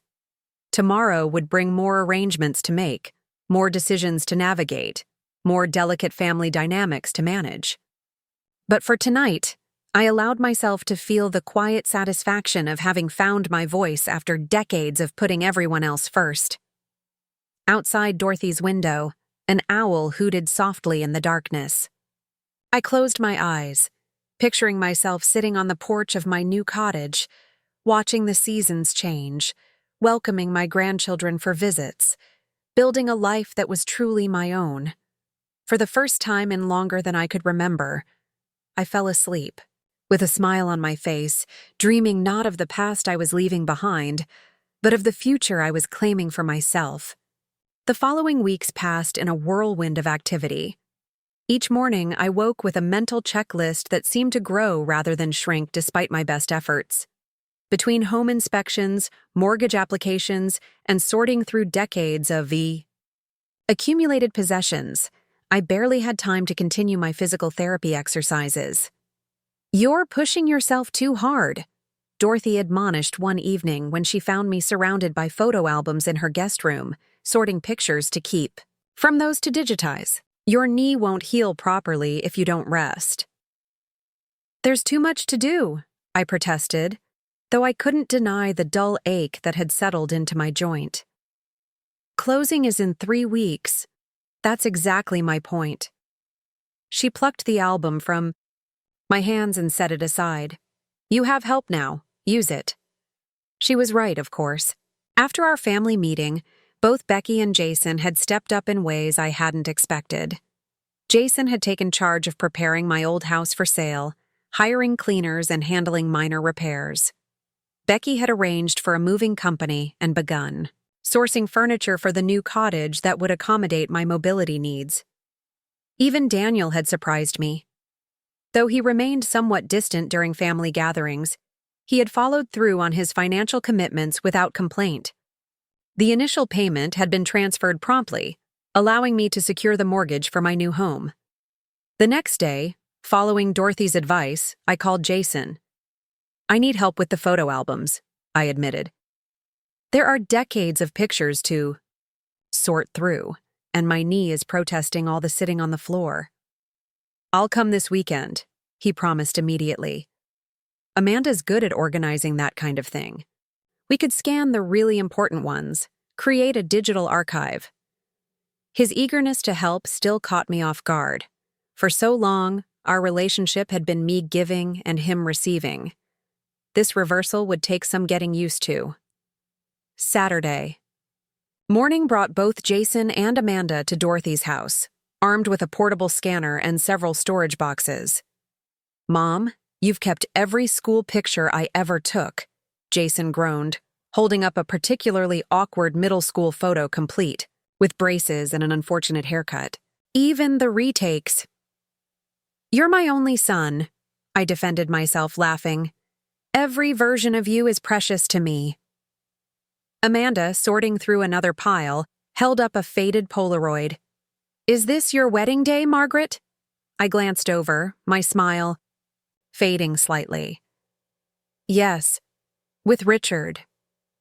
The photo showed a much younger version of myself in a simple white dress, standing beside a tall, handsome man with a confident smile.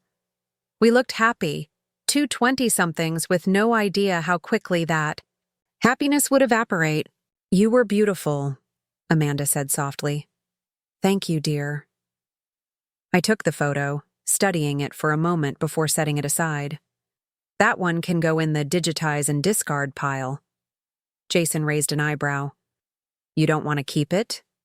"Some memories serve their purpose by fading," I said simply. "Your father has been out of my life for 30 years. I don't need reminders." We worked through the morning, sorting photos into categories: family vacations, school events, holidays, milestones. By lunchtime, we had made significant progress, reducing 12 bulky albums to 3 boxes of photos to keep and 1 pile to scan. "I had no idea you were such a photographer, Mom," Jason said as we broke for sandwiches. "There must be thousands of pictures here." "I wanted to document everything," I explained.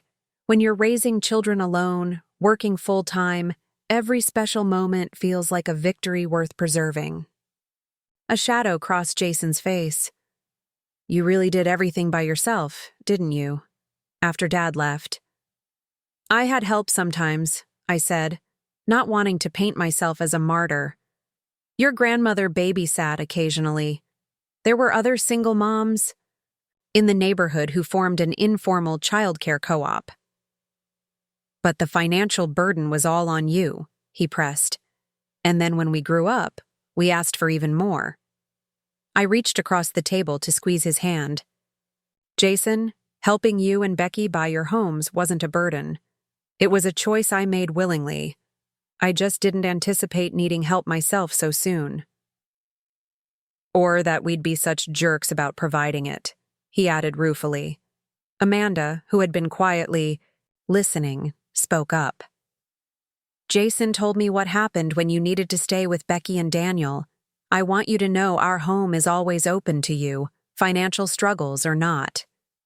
The sincerity in her voice touched me deeply. "Thank you, Amanda. That means a lot." After lunch, we returned to the photo sorting, but the conversation had shifted to memories associated with the pictures. Beach vacations where Jason had been stung by jellyfish, Christmases when Becky had insisted on rearranging all the ornaments on the tree, school plays and sports games and graduation celebrations. "I'd forgotten so many of these moments," Jason admitted, holding a photo of himself at about 10, proudly displaying a science fair ribbon. "You really were there for everything, weren't you?" "Every moment I could be," I confirmed. "Sometimes I had to miss things because of work, but I tried my best." As the afternoon wore on, I found myself growing emotional. These photographs represented a life dedicated to my children. Every decision, every sacrifice, every triumph centered around giving them opportunities I hadn't had. Yet somehow, along the way, I'd failed to teach them the importance of reciprocity, of caring for others as they'd been cared for. Or perhaps I had taught them, and life had simply worn that lesson away. Either way, this process of literally sorting through the past felt symbolic, a necessary step before moving forward. By the time Jason and Amanda left, promising to return, the next day to continue, I was exhausted but satisfied. Bit by bit, I was disentangling myself from the past while preserving what mattered most. Dorothy found me that evening, sitting on her back patio with a cup of tea, staring at the sunset. "Productive day?" she asked, settling into the chair beside me. "Very," I agreed, "though more emotional than I expected." "That's natural," she said. "You're not just packing boxes, you're packing up a chapter of your life." I nodded, sipping my tea thoughtfully. I keep wondering if I'm doing the right thing, pushing so hard for what's mine, potentially straining relationships that were already fragile. Dorothy snorted. "What relationships? The one where your daughter couldn't wait to get rid of you after surgery? The one where your son couldn't even find room for you in his loft?" They're still my children, I said gently. And they're trying now. Because you forced them to, she pointed out. By standing up for yourself. By refusing to be a doormat anymore. I couldn't argue with her assessment, even if her bluntness made me wince. I just hope this new arrangement leads to healthier connections, not permanent resentment. That's up to them, Dorothy said firmly. You've done your part. You raised them, educated them, helped them buy homes. Now it's their turn to step up, with or without resentment. The following week brought a flurry of paperwork as the closing date for my new home approached. Caroline helped me navigate the complexities of mortgage applications, property taxes, and insurance requirements.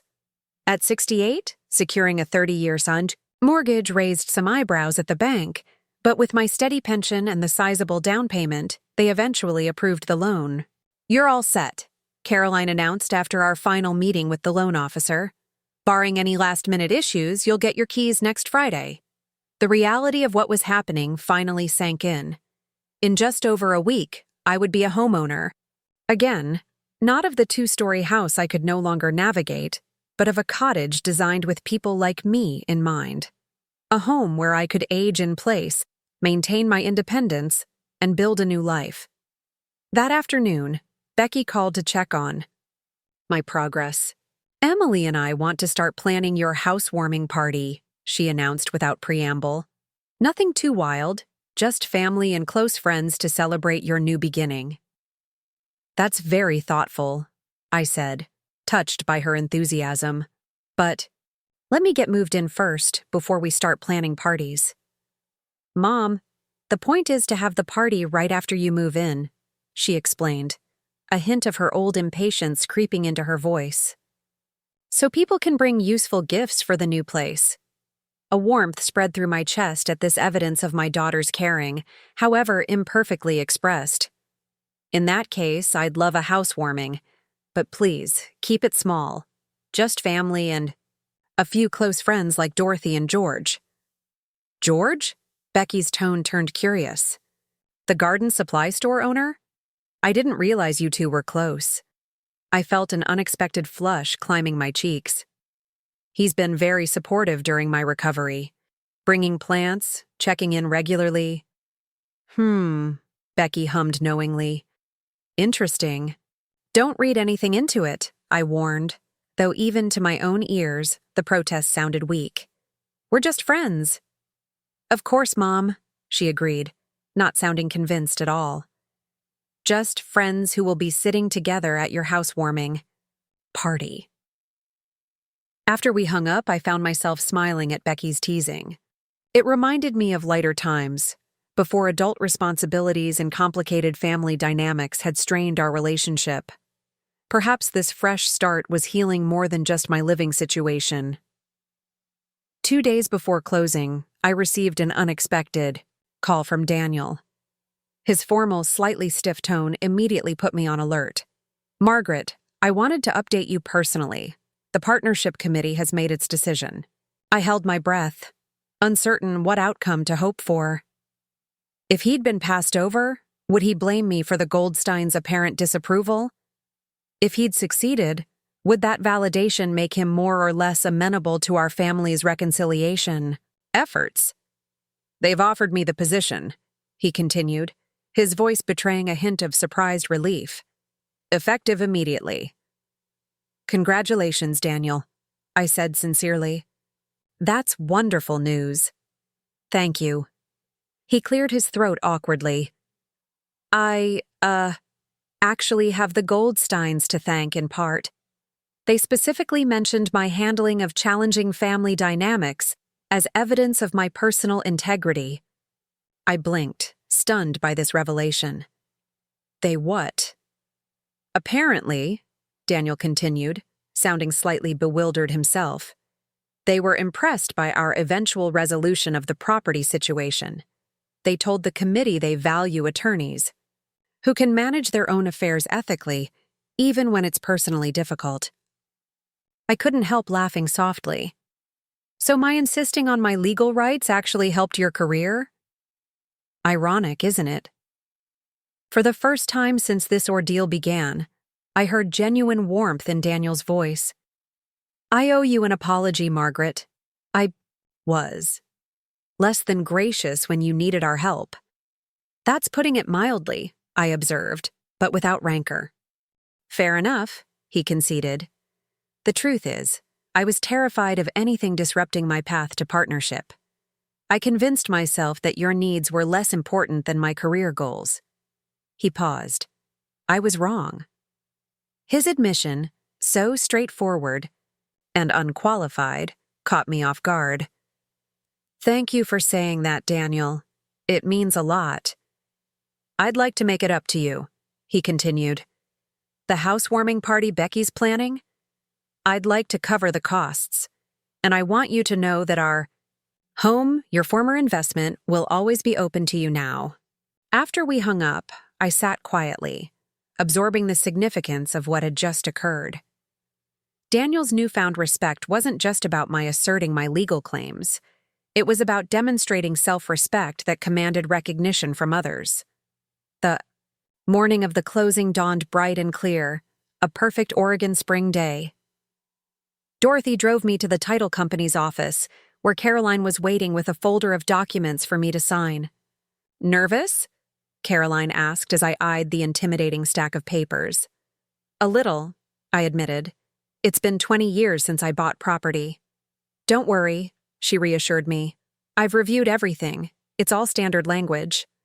For the next hour, I signed document after document, initialing here, dating there, until my hand cramped and my signature grew increasingly illegible. Finally, the title agent gathered the papers with a smile. Congratulations, Mrs. Reynolds. You're officially a homeowner again. She handed me a set of keys attached to a small ceramic keychain shaped like a cottage. The weight of them in my palm felt significant, symbolic of the independence I'd reclaimed. Outside the office, Dorothy hugged me tightly. I'm so proud of you, Maggie. You did it. We did it, I corrected her. I couldn't have managed any of this without you. That's what friends are for, she said simply. Now let's go see your new home. We drove to the cottage where Caroline met us with a bottle of champagne. First toast in your new place, she declared, producing plastic cups from her purse. As I unlocked the front door, my front door, a sense of rightness washed over me. The cottage was empty, awaiting furniture delivery later that day, but it already felt like home. Sunlight streamed through the large windows, warming the hardwood floors and illuminating the fresh paint we'd chosen. A soft sage green in the living areas, gentle lavender in the main bedroom. To new beginnings, Caroline proposed, raising her cup. And to standing your ground, Dorothy added with a wink. We sipped our champagne, wandering from room to room as I envisioned how the space would look once furnished. The accessible kitchen with its lowered counters for seated cooking. The bathroom with its walk-in shower and strategically placed grab bars. The guest bedroom where Emily and Tyler would stay during visits. When does the furniture arrive? Caroline asked, checking her watch. The delivery window is between 1 and 4, I told her. Jason and Amanda are coming to help set everything up. As if on cue, a moving truck rumbled into the driveway, followed closely by Jason's car. The next several hours passed in organized chaos as movers carried in furniture pieces and Jason directed their placement according to the floor plan we'd designed together. By late afternoon, the cottage had transformed from an empty shell to a cozy, inviting home. The furniture, a mix of familiar pieces from my previous house and new items selected for accessibility, fit perfectly in the space. Amanda had arranged my books on built-in shelves while Dorothy unpacked kitchen essentials. Just one more load from the moving truck, Jason called from the doorway. Your bedroom furniture.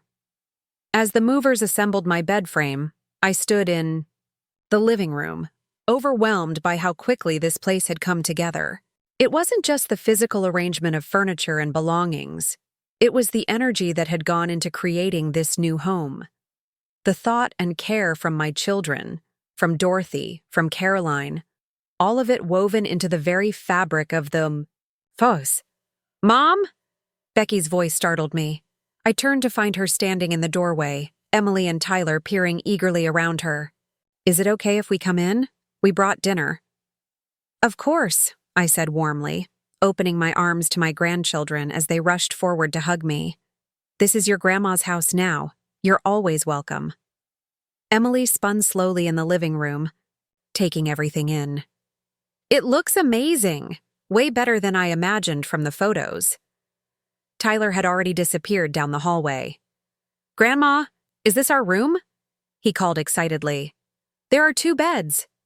"Twin beds for when you stay over," I confirmed, following him into the guest room where Jason had set up matching oak bed frames. "I thought you'd like having your own space." "This is awesome," he declared, testing the mattress with an experimental ounce. Becky set several takeout bags on the kitchen counter. "We brought Chinese food to celebrate. I hope that's okay?" "Perfect," I assured her. "I haven't had a chance to stock the refrigerator yet." As Jason and Amanda joined us, we gathered around the new dining table, a round pedestal model that could accommodate my walker when needed. Daniel arrived just as we were serving the food, looking slightly uncomfortable until Becky waved him over to the empty chair beside her. "Sorry I'm late," he apologized. "The partner announcement went out today and everyone wanted to congratulate me."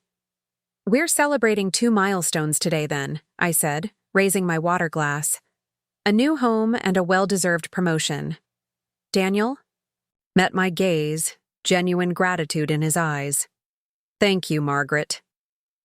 The meal that followed was the first time in years our entire family had gathered without tension or pretense. Emily regaled us with stories from school, Tyler asked detailed questions about planting vegetables in my new garden, and even Daniel contributed occasional anecdotes about bizarre cases he'd handled at the firm. As I looked around the table, at these people who had caused me both deep pain and immeasurable joy, I felt a profound sense of completion. Not an ending, but a restoration, of dignity, of mutual respect, of family bonds tested, but ultimately strengthened. After dinner, as everyone pitched in to clean up, the doorbell rang. I opened it to find George standing on my porch, holding a large ceramic pot of blooming azaleas. "Housewarming gift," he explained, his weathered face breaking into a smile. "Every new home needs some color." "That's very thoughtful," I said, suddenly aware of the family watching curiously from behind me. "Would you like to come in? We've just finished dinner, but there's plenty of dessert." George glanced past me at the assembled family, hesitation crossing his features. "I don't want to intrude on family time." "You're not intruding," I assured him, taking his arm to guide him inside. "Everyone, this is George Martinez from the Garden Center." "George, this is my family." Introductions were made amid knowing looks exchanged between Becky and Emily. Jason stepped forward to take the heavy plant, placing it prominently in the front window where the afternoon sun would reach it. "Perfect spot," George approved. "Morning shade, afternoon sun. It'll thrive there." As everyone settled in the living room with coffee and the cookies Becky had brought, I found myself observing the easy way George integrated into the group. He discussed garden planning with Tyler, offered Emily advice on a school project involving plant biology, and even engaged Daniel in a surprisingly detailed conversation about municipal water rights. George used to work for the county water district before opening his garden center, I explained, noticing Daniel's surprised expression. 32 years in water management, George confirmed. Opened the garden center after my wife passed. Needed something to keep my hands busy. The simple statement of loss resonated through the room. Dorothy, who had been quietly arranging books on a shelf, paused to lay a hand on George's shoulder. Catherine was a wonderful woman. She would have loved this cottage. George nodded, a flicker of old grief crossing his face before he smiled, again. She always said gardening was the best therapy. Speaking of which, He turned to me. Once you're fully recovered from that knee surgery, there's a community garden plot with your name on it. The seniors section has raised beds. Easier on the joints. I'd like that, I said, warmed by his thoughtfulness and the way he simply assumed I'd want to continue the activities I loved, modified as needed for my new circumstances. As the evening progressed, guests gradually departed. First Daniel, claiming an early meeting the next day, then Jason and Amanda, who had a long drive back to Portland. Dorothy offered to take Emily and Tyler for ice cream, giving Becky and me a moment alone. "This has worked out better than I dared hope," Becky said, gazing around the cottage with evident satisfaction. "You seem happy here already." "I am," I admitted. "It's strange. I was so afraid of losing my independence, but this place actually gives me more freedom than my old house with all those stairs." Becky settled beside me on the sofa, tentatively taking my hand. "Mom, there's something I've been wanting to ask you, about Dad." I tensed slightly. Richard Bennett was rarely discussed in our family, his abandonment a wound that had scarred. Over decades ago. "What about him? Did you ever regret divorcing him?" Her question was hesitant, weighted with unspoken parallels to her own marital struggles. I considered my answer carefully. No, I never regretted the divorce itself. I regretted the circumstances that made it necessary, his infidelity, his emotional absence. But leaving a marriage that diminished me? I shook my head firmly. Never. Even though it meant raising us alone, financial struggles, working, summers to make ends meet. The hardship wasn't a choice, Becky. It was a consequence. The choice was self-respect, and that I never regretted. She nodded slowly, absorbing this. Daniel and I are still working through our issues. The counseling is helping, but sometimes I wonder if we're just prolonging the inevitable. "Only you can answer that," I said gently. "But whatever you decide, you won't be alone. You'll always have my support. Even after how terribly we treated you." She looked ashamed, unable to meet my eyes. "Family isn't about keeping score," I told her. "It's about showing up for each other, even after mistakes. Especially after mistakes." She leaned against my shoulder, a gesture so reminiscent of her childhood that my heart constricted. "I love you, Mom. I'm sorry it took nearly losing you to remember how much." "You never nearly lost me," I corrected her. "You just forgot to see me." After Becky left to collect the children from Dorothy, I found myself alone in my new home for the first time. The silence was different from the silence of my old house or Dorothy's guest room. It felt expectant, full of possibility rather than emptiness. I moved from room to room, making small adjustments, straightening a picture frame, rearranging books, testing the new armchair positioned perfectly to catch the evening light for reading. Each item, each decision, represented a choice I had made for myself rather than for others. In the main bedroom, I unpacked the last box of personal items. The framed photo of my parents that had always sat on my nightstand, a small ceramic dish that had belonged to my grandmother, the journal I'd kept sporadically over the years. As I arranged these treasures in their new locations, I realized they looked different here.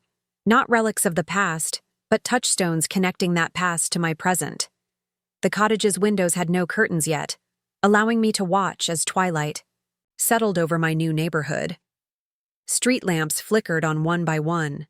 In the house across the street, a family gathered around a dinner table, their silhouettes visible through uncovered windows. A few doors down, an elderly man walked a small dog along the sidewalk, pausing to chat with a young couple pushing a stroller. Community.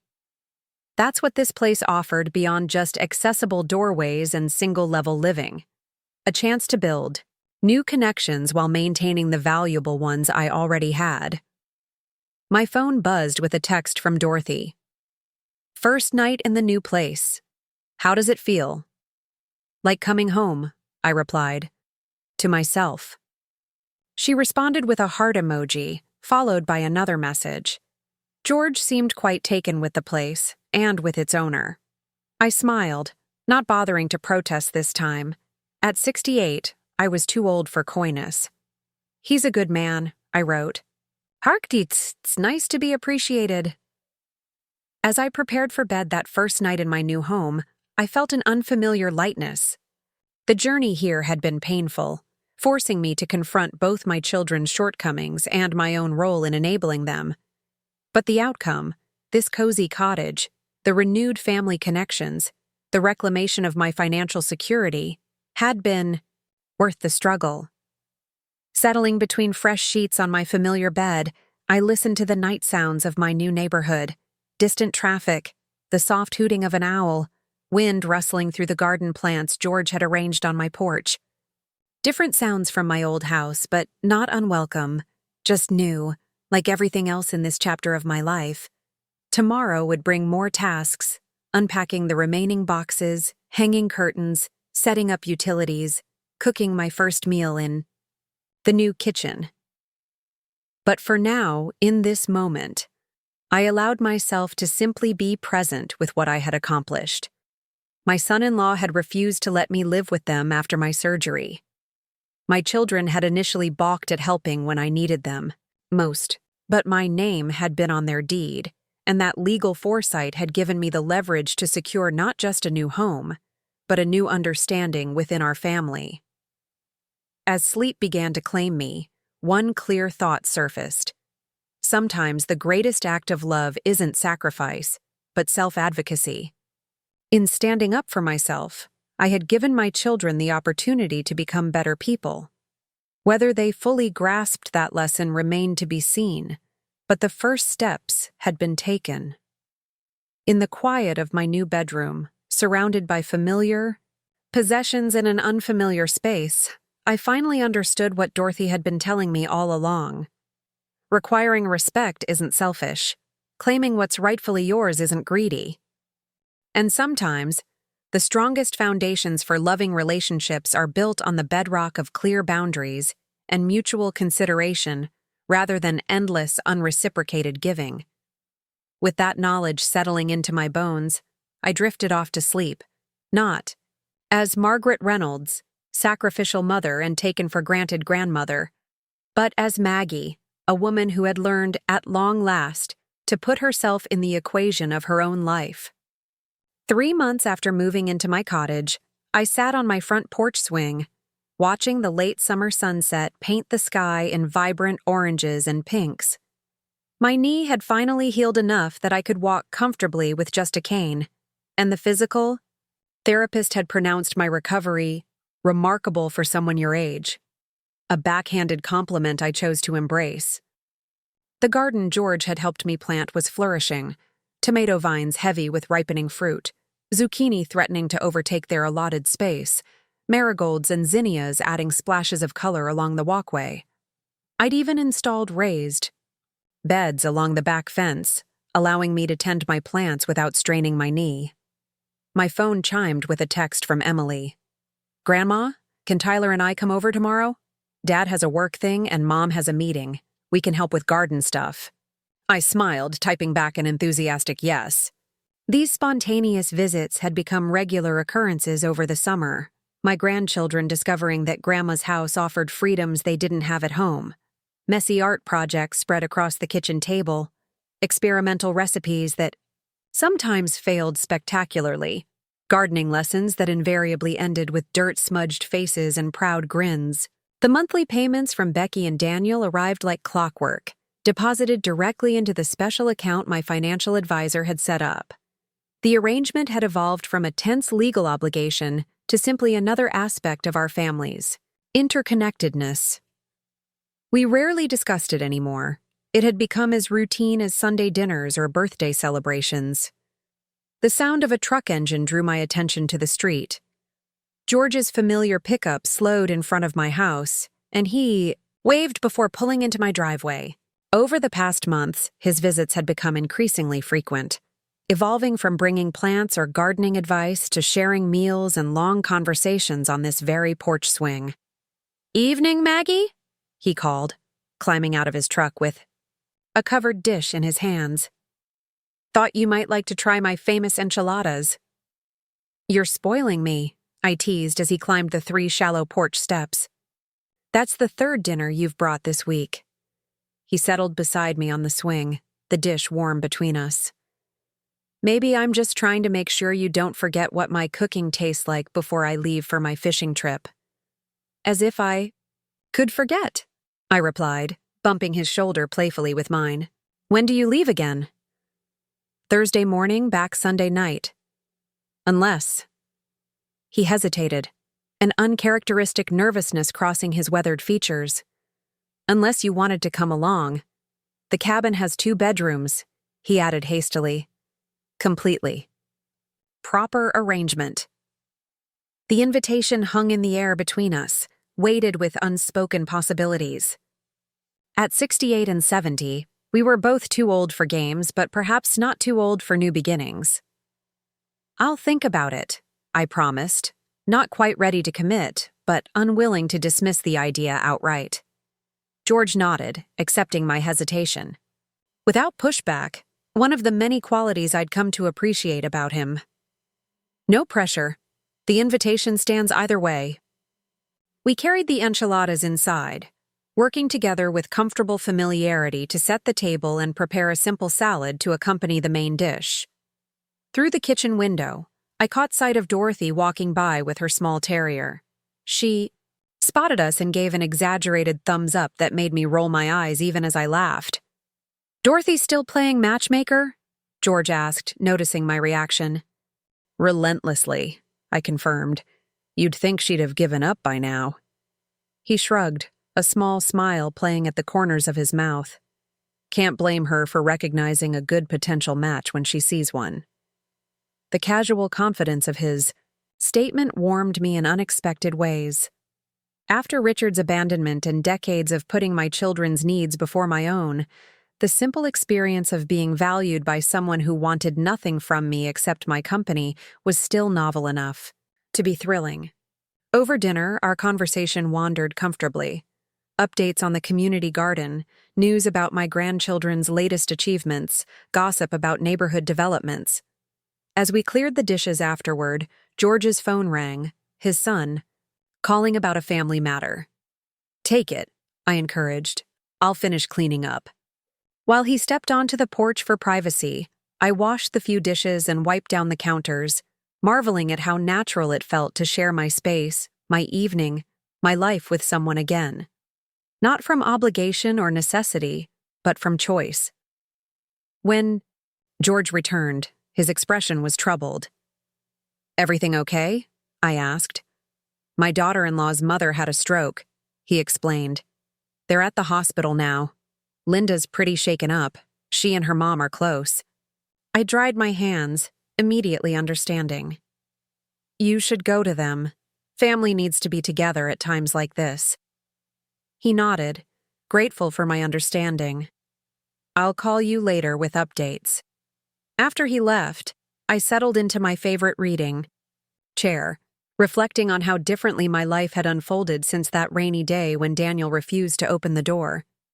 The journey from rejection to this peaceful new existence hadn't been straight or easy, but each difficult step had led me here, to independence, to healing, to possibilities I hadn't imagined for myself.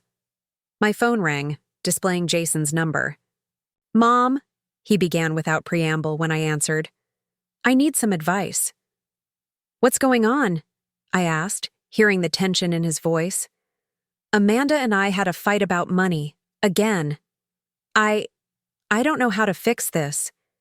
Our business is still struggling, and she thinks we should sell the loft and downsize." "And you disagree?" I prompted gently. "It's our home," he said defensively. "I don't want to give up on it just because things are tight right now." I took a deep breath, considering my response carefully. "Jason, do you remember what you told me when I first brought up selling my house? You said I shouldn't be attached to a property that no longer served my needs." A long silence followed. "That's different," he finally muttered, though his voice lacked conviction. "Is it?" I challenged softly. Sometimes holding on to something, a house, a business, even a relationship, becomes more about pride than practicality. The question isn't whether you can eventually make it work, but whether the struggle is worth the toll it's taking. "When did you get so wise?" he asked, a reluctant smile evident in his voice. "Around the time I decided to stop being a doormat," I replied wryly. "Turns out standing up for yourself clarifies a lot of things." After we hung up, I wandered through my cottage, appreciating anew the perfect fit of this home to my current life. The wide doorways that accommodated my mobility aids during recovery. The kitchen where I could prepare meals without navigating. Stairs. The garden visible from every window, connecting me to the natural rhythms that had always brought me peace. This place represented more than just shelter. It was a physical manifestation of my reclaimed self-worth. Every mortgage payment, funded in part by the monthly contributions from Becky and Daniel, was an acknowledgement that my investment in their lives deserved reciprocation. The next morning brought Emily and Tyler to my door, bubbling with energy and plans for the day. Emily immediately commandeered my kitchen to try a muffin recipe she'd found online, while Tyler headed straight for the garden to check on the vegetables he'd helped plant. "Grandma, the zucchini's huge," he called through the open window. "Can we pick it?" "Absolutely," I authorized, watching Emily measure flour with intense concentration. "There's a basket on the back porch for harvesting." As I supervised muffin making and vegetable gathering, my phone buzzed with a text from Becky. "Thanks for taking the kids today. Meeting canceled. Okay if I join you all for lunch? I've been thinking about your feedback on my resume." "Always." "Welcome," I replied, pleased by this evidence of our evolving relationship. After decades of one-way giving, we were finding balance. Me offering guidance when asked, Becky providing practical support as I established my new life, both of us respecting the other's independence. By noon, we were all gathered around my kitchen table, slightly flour-dusted from Emily's baking adventure, but cozy with family warmth. Becky spread her resume across the table, seeking my input on her job search strategy as she considered leaving her current position for something with better work-life balance. "Daniel's partnership means more money, but also more demands on his time," she explained. "One of us needs flexibility for the kids, and honestly, I'm ready for a change anyway." I studied the document thoughtfully. "Your accomplishments are impressive, but they're buried in corporate jargon. Let's highlight the actual results you've achieved." As we worked together revising her resume, I realized how profoundly our dynamic had shifted. No longer was I the mother desperately trying to maintain connection with reluctant adult children. Now I was a respected advisor, a loving grandmother, a woman with her own full life who chose to make time for family rather than anxiously awaiting whatever scraps of attention they might offer. The afternoon passed pleasantly, culminating in a simple dinner of pasta with fresh vegetables from the garden. As twilight approached, Becky gathered the children for the drive home, both protesting that they weren't ready to leave. "You'll be back this weekend for the neighborhood barbecue," I reminded them. "George is smoking a brisket, and Dorothy's bringing her famous potato salad." "Will Mr. George be staying over again?" Tyler asked innocently, causing Becky to choke slightly on her water. "Tyler!" she scolded, shooting me an apologetic glance. I laughed, refusing to be embarrassed. "Mr. George sometimes stays in the guest room when it gets too late for him to drive home," I explained calmly. "Just like you and Emily stay over sometimes." After they left, I stood on my porch, watching their car disappear down the street. The evening air carried the scent of ripening apples from my neighbor's tree, and the distant sound of children calling to each other as they squeezed the last moments of play from the fading daylight. My phone chimed with a text from George. "Linda's mother stable. Surgery went well. I'm heading home now. Still want to hear your thoughts about that fishing. Trip when you're ready." I smiled, typing back, "Glad to hear the good news. As for the trip, I'm thinking yes." Life's too short not to cast a line into new waters. His response came quickly. You just made my day, Maggie Reynolds. Settling back onto my porch swing, I watched the first stars appear in the deepening blue sky. 6 months ago, I had stood in the rain outside my daughter's house, rejected and uncertain about my future. Today, I sat on my own porch, surrounded by evidence of a life rebuilt on my own terms, a home that met my needs, relationships that respected my worth, possibilities that excited rather than frightened me. My son-in-law had refused to let me live with them after my surgery. But my name had been on their deed, and that simple fact had become the catalyst for reclaiming not just my financial security, but my sense of self. Sometimes, I reflected, the most painful rejections lead us exactly where we need to be. Up next, you've got 2 more standout stories right on your screen. If this one hit the mark, you won't want to pass these up. Just click and check them out.